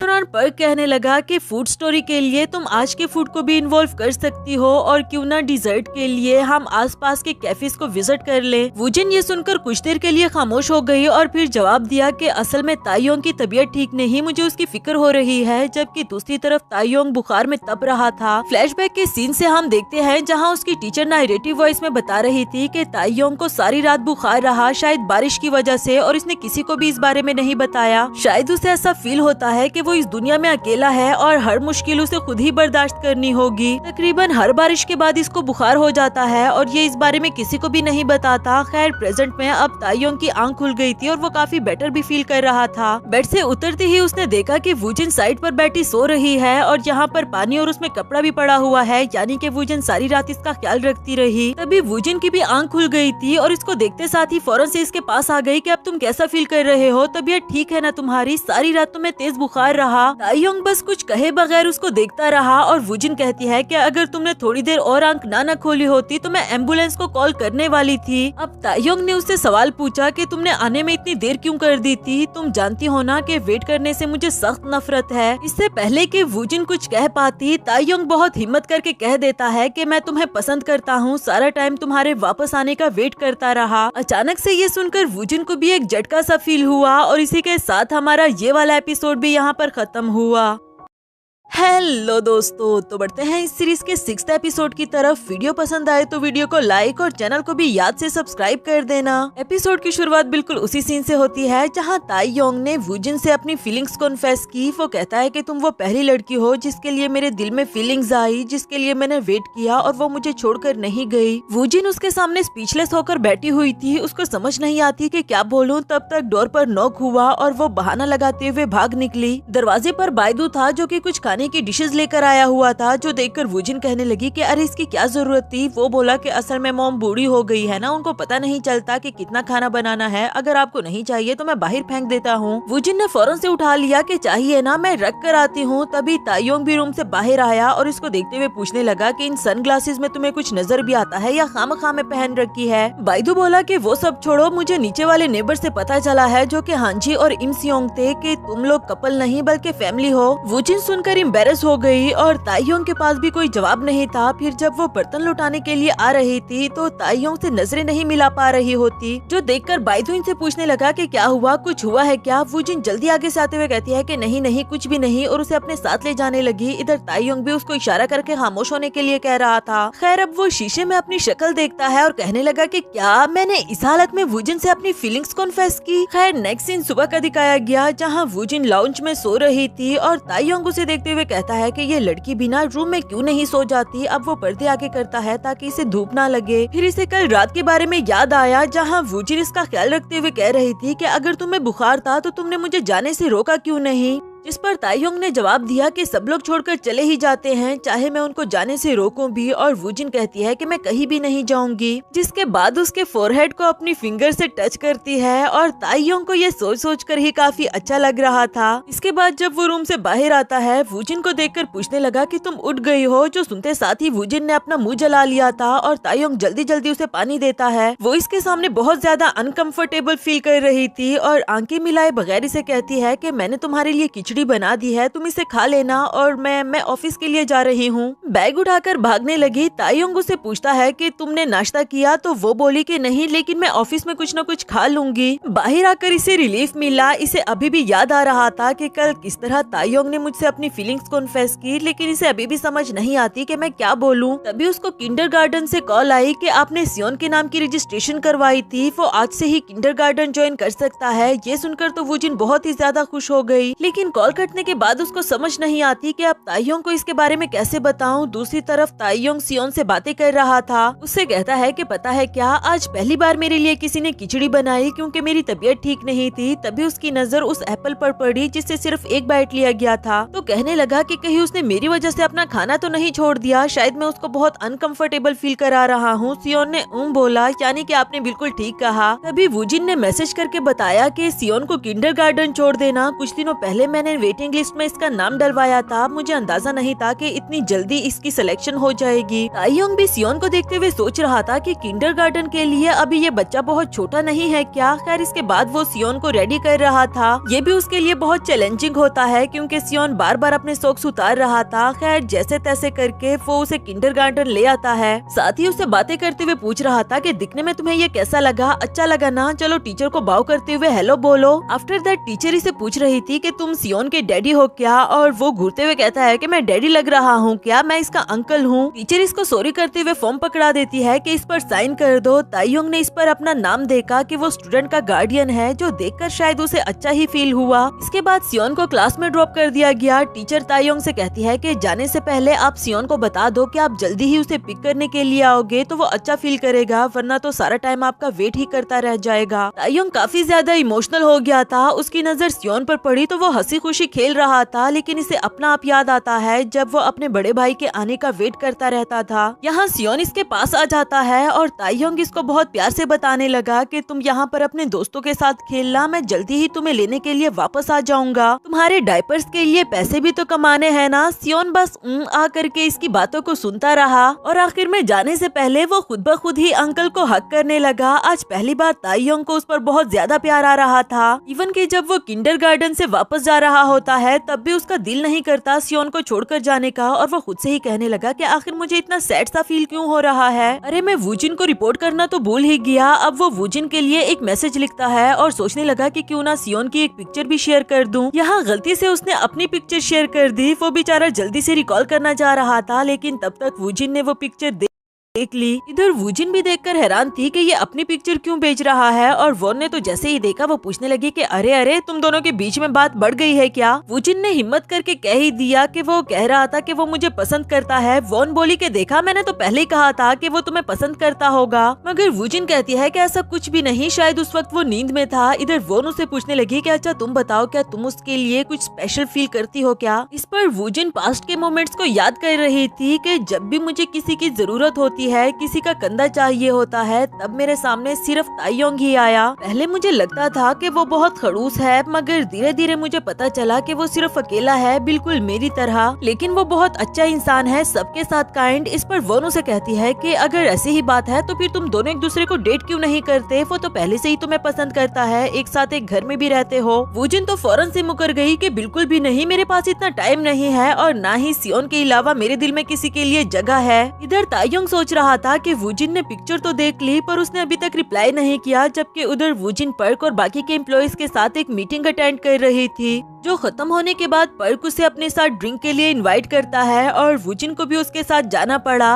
आफ्टर दैट वो रिसेप्शन पर ऑर्डर देकर एक स्पेशल किस्म का जूस बनवा रहा था, जबकि यहाँ बैठी हुई सभी लड़कियाँ उसे देखती रही। वूजिन ने जब इस जूस को देखा तो वो काफी सरप्राइज हो गई कि तुम्हें आज भी मेरा फेवरेट जूस याद था, और पर्क कहता है कि हाँ मैं कैसे भूल सकता हूँ। फिर दोनों के बीच में हंसी मजाक वाली बातें शुरू हो जाती है। इसी दौरान पर्क ने सियोन के बारे में पूछा, जिस पर वूजिन ने बताया कि वो बिल्कुल ठीक है, आज उसका किंडरगार्टन में पहला दिन था। सच कहूँ तो मैं बहुत परेशान थी कि ताइयोंग के जाने के बाद मैं उसे कैसे संभालूंगी। ये सुनकर पर्क कहने लगा कि क्या मतलब, तुम लोग अब साथ नहीं रहोगे? वूजिन ने बताया कि हाँ, हम सिर्फ साथ में 1 महीने के लिए रह रहे थे, और ये सुनकर तो मानो जैसे पर्क को दिली खुशी मिली हो। उसने कह भी दिया कि चलो अच्छी बात है, मुझे कुछ अच्छा नहीं लगा था कि तुम किसी लड़के के साथ रह रही हो, यानी कि वो इनडायरेक्टली अपनी फीलिंग्स बता रहा था। नेक्स्ट सीन में डायरेक्टर चुमो ताइयोंग को उसकी जिम्मेदारियां बता रहा था कि एज अ असिस्टेंट तुम्हें क्या कुछ करना होगा, इवन के एमी चू को विटामिन्स के टैबलेट्स भी तुम्हें देने होंगे। ये सुनकर ताइयोंग कहता है कि क्या, अगर मुझे पहले पता होता तो शायद मैं इस ऑफर को एक्सेप्ट ही ना करता। खैर इसके बाद फोटोग्राफी स्टार्ट हो जाती है और ताइयोंग इतने अच्छे से पिक्चर्स क्लिक कर रहा था कि डायरेक्टर और बाकी के स्टाफ मेंबर्स भी उसको देखकर काफी ज्यादा इम्प्रेस हो गए थे। नेक्स्ट सीन में वूजिन सियोन से बातें करते हुए कह रही थी कि कितनी जल्दी बड़े भी हो गए तुम। पहले मुझे लगा कि शायद किंडरगार्टन के लिए भी तुम बहुत छोटे हो, लेकिन तुमने बहुत अच्छे से परफॉर्म किया, कल भी जाओगे क्या? इन दोनों की बातें अभी चल ही रही थी कि तब तक वहाँ पर ताइयोंग आ गया, और पिक्चर वाली बात की वजह से अभी भी दोनों एम्बैरस फील कर रहे होते हैं। उस चीज को अवॉइड करने के लिए ये दोनों इधर उधर की बातें करते हैं ताकि उस बारे में कोई भी बात ना हो, और आखिरकार वूजिन कहने लगी कि मुझे वॉशरूम यूज करना था, जल्दी वॉशरूम भाग गई। ताइयोंग कहता है कि हाँ okay bye bye bye. Seriously bye कौन कहता है? वो भी अच्छे से समझ रहा था कि ये सब कुछ क्यों हो रहा है। रूम में आकर सोच रहा था कि मुझे इस बारे में कुछ करना चाहिए। वो कुछ ज्यादा ही अनकंफर्टेबल फील कर रही है।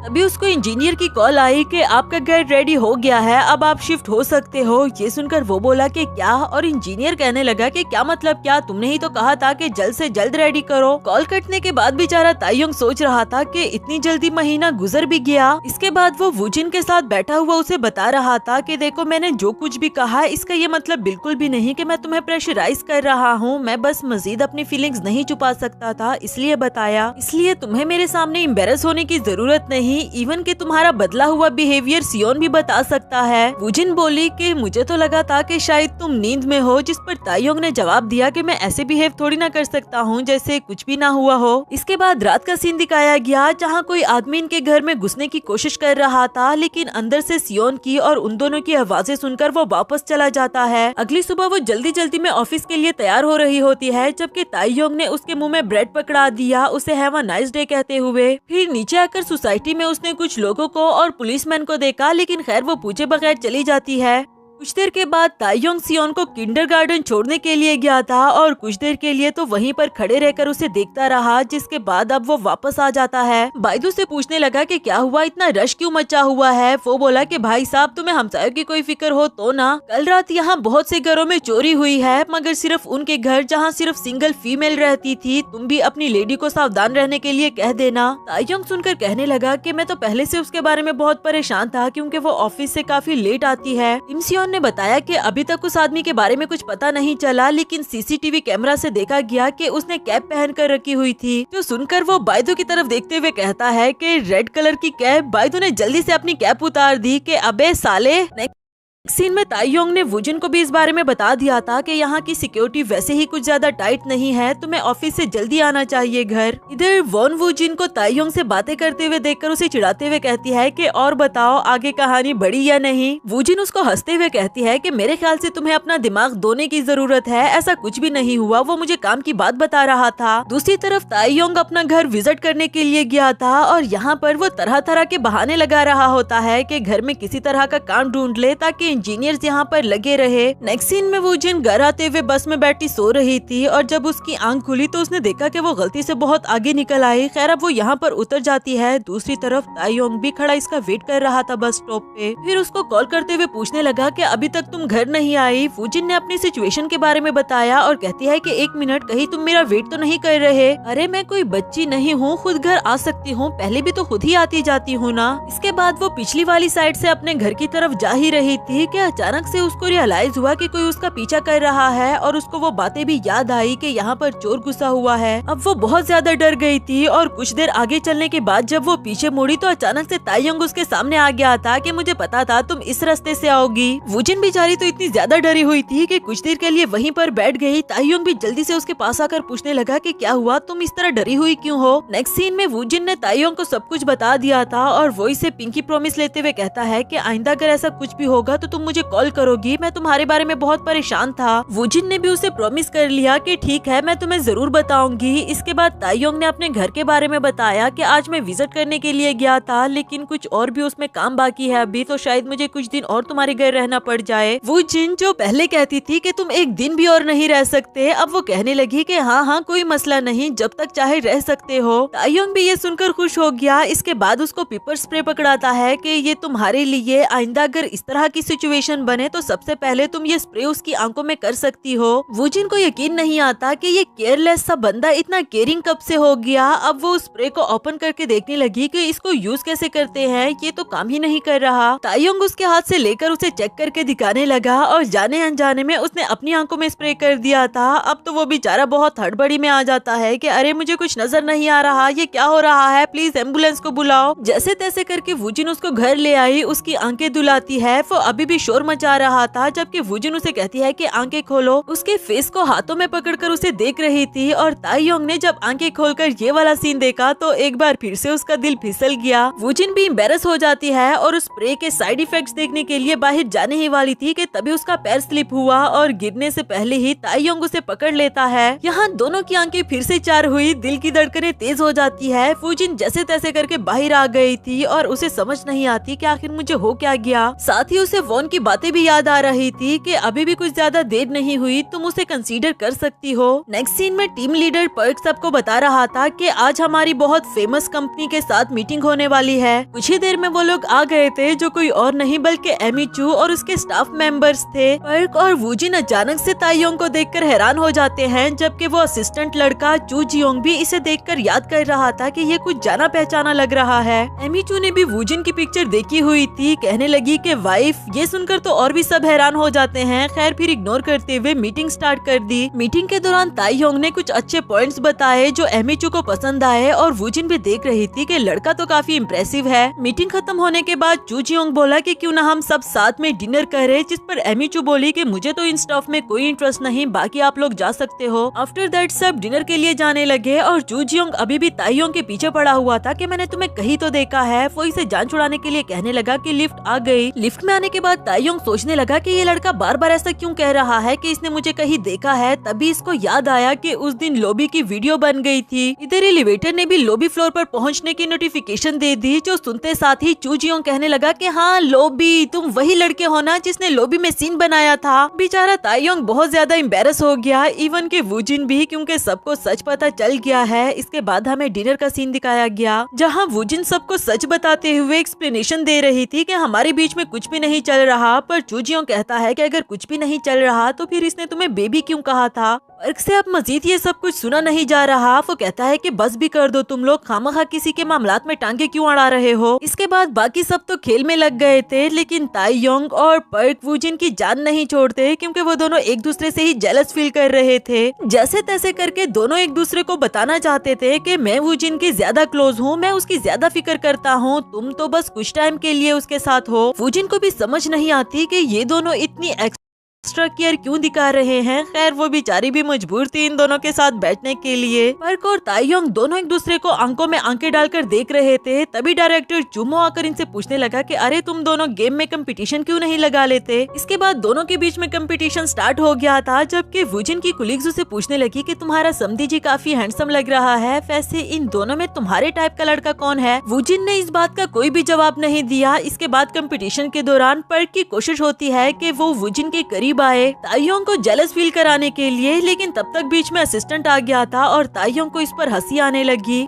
इसके बाद जब ताइयोंग की बारी आई और उसने गोल हिट कर दिया था तो वो खुशी के मारे वूजिन को हग कर देता है। पर्क को तो बिल्कुल भी अच्छा नहीं लगा और ताइयोंग को भी थोड़ी देर में रियलाइज हुआ कि मैं ये क्या कर रहा हूँ। खैर अब वो जल्दी जल्दी से डायरेक्टर चुमो को हग कर देता है क्योंकि वो ये कंपटीशन जीत गया था। इसके बाद अब ये लोग वापस जा रहे होते हैं। सबसे पहले तो चू जियोंग को टैक्सी में बिठाया क्योंकि वो काफी ड्रंक था। इधर डायरेक्टर चुमो ने ताइयोंग को अपने साथ स्टूडियो में चलने के लिए कहा कि हमें कुछ काम है और पर्क वूजिन से कहता है कि चलो मैं तुम्हें घर ड्रॉप कर दूं। ये तो ताइयोंग बिल्कुल भी नहीं चाहता था। उसने बहुत कोशिश की कि वूजिन उसके साथ ना जाए, लेकिन फिर भी उसे जाना पड़ा। गाड़ी में बैठने के बाद डायरेक्टर चुमो ताइयोंग से कहता है कि लड़के तुम तो सच में अपनी फीलिंग्स बिल्कुल भी नहीं छुपा सकते। वैसे सच बताऊं तो इस सब में सिर्फ टाइमिंग्स ही मैटर करती हैं। फिर धीमी आवाज में कहने लगा कि मुझे ही देख लो, मैंने शादी को अच्छे से रिबिल्ड किया ही नहीं कि मुझे डिवोर्स लेनी पड़ रही है। ताइयोंग ने सुन लिया था। वो कहता है कि तुम्हारे पास अभी भी काफी सारे चांसेस है मगर तुम इसको मिस कर रहे हो। जो सुनकर वो बोला कि क्या तुम जानते हो मेरे और एमिचू के बारे में। ताइयोंग बोला कि हाँ, किसको नहीं पता होगा कि तुम दोनों मैरिड हो, हर वक्त जो एक दूसरे पर चिल्लाते रहते हो। दूसरी तरफ वूजिन कुछ टाइम बेटर फील करने के लिए गाड़ी से बाहर आ गई थी। यहाँ वो और पर्क वो फायर क्रैकर्स देखने लगे जो 7 साल पहले इन दोनों ने मिस कर दी थी। फ्लैशबैक के सीन से हमें दिखाया गया कि आज से 7 साल पहले जब ये दोनों यूनिवर्सिटी में थे तब भी पर्क ने इसे पूछा था ये फायर क्रैकर साथ में देखने के लिए, लेकिन किसी वजह से वूजिन इसके साथ नहीं जा पाई। प्रेजेंट में वूजिन वहाँ बैठकर इसे सॉरी करने लगी कि उस वक्त मैं अचानक से चली गई थी, यकीनन तुम्हें बुरा तो लगा होगा। असल में मेरा कभी भी अब्रॉड में एडमिशन नहीं हुआ था। उस वक्त भी तुम काफी रिच थे, तुम्हारे पास खुद की गाड़ी थी और मैं एक बहुत पुअर फैमिली से बिलोंग करती थी। पता नहीं क्यों लेकिन मुझे लगा कि हम दोनों की मंजिल एक नहीं है। इस पर पर्क ने जवाब दिया कि मैं ये सब कुछ पहले से जानता था, मैंने तुम्हें इसलिए नहीं बताया क्योंकि तुम एम्बैरेस ना हो जाओ। वूजिन ये सुनकर उसे देखते हुए सोच रही थी कि इस लड़के ने मेरे लिए कितना वेट किया। खैर इसके बाद वो दोनों अब घर आते हैं। वूजिन ने पर्क का शुक्रिया अदा किया, जिसके बाद वो अपने घर की तरफ चलने लगी और पर्क वहीं पर खड़ा उसे देख रहा था। इधर ताइयोंग भी वूजिन को कॉल करते हुए पूछने लगा कि तुम घर पहुंच गई हो क्या। वो बोली कि हाँ बस पहुंच गई हूँ, तुम कब आने वाले हो। उसने जवाब दिया कि बस कुछ टाइम में आ रहा हूँ। तभी वूजिन ने दरवाजा खुला देखा और कहने लगी कि तुम दरवाजा खोल कर गए थे क्या। वो बोला कि नहीं बिल्कुल भी नहीं, मैं बंद करके गया था। अंदर तो सारा घर ही बिखरा हुआ पड़ा था। वूजिन को देखकर यकीन ही नहीं आता। अचानक से उसके सामने कोई आ गया था और उसने जोरों की चीख मार दी। उसकी चीख ने ताइयोंग को बुरी तरह से डरा दिया कि क्या हुआ है। दूसरी तरफ पर्क को भी उसकी आवाज आ गई थी और इसी के साथ हमारा ये वाला एपिसोड भी खत्म हुआ।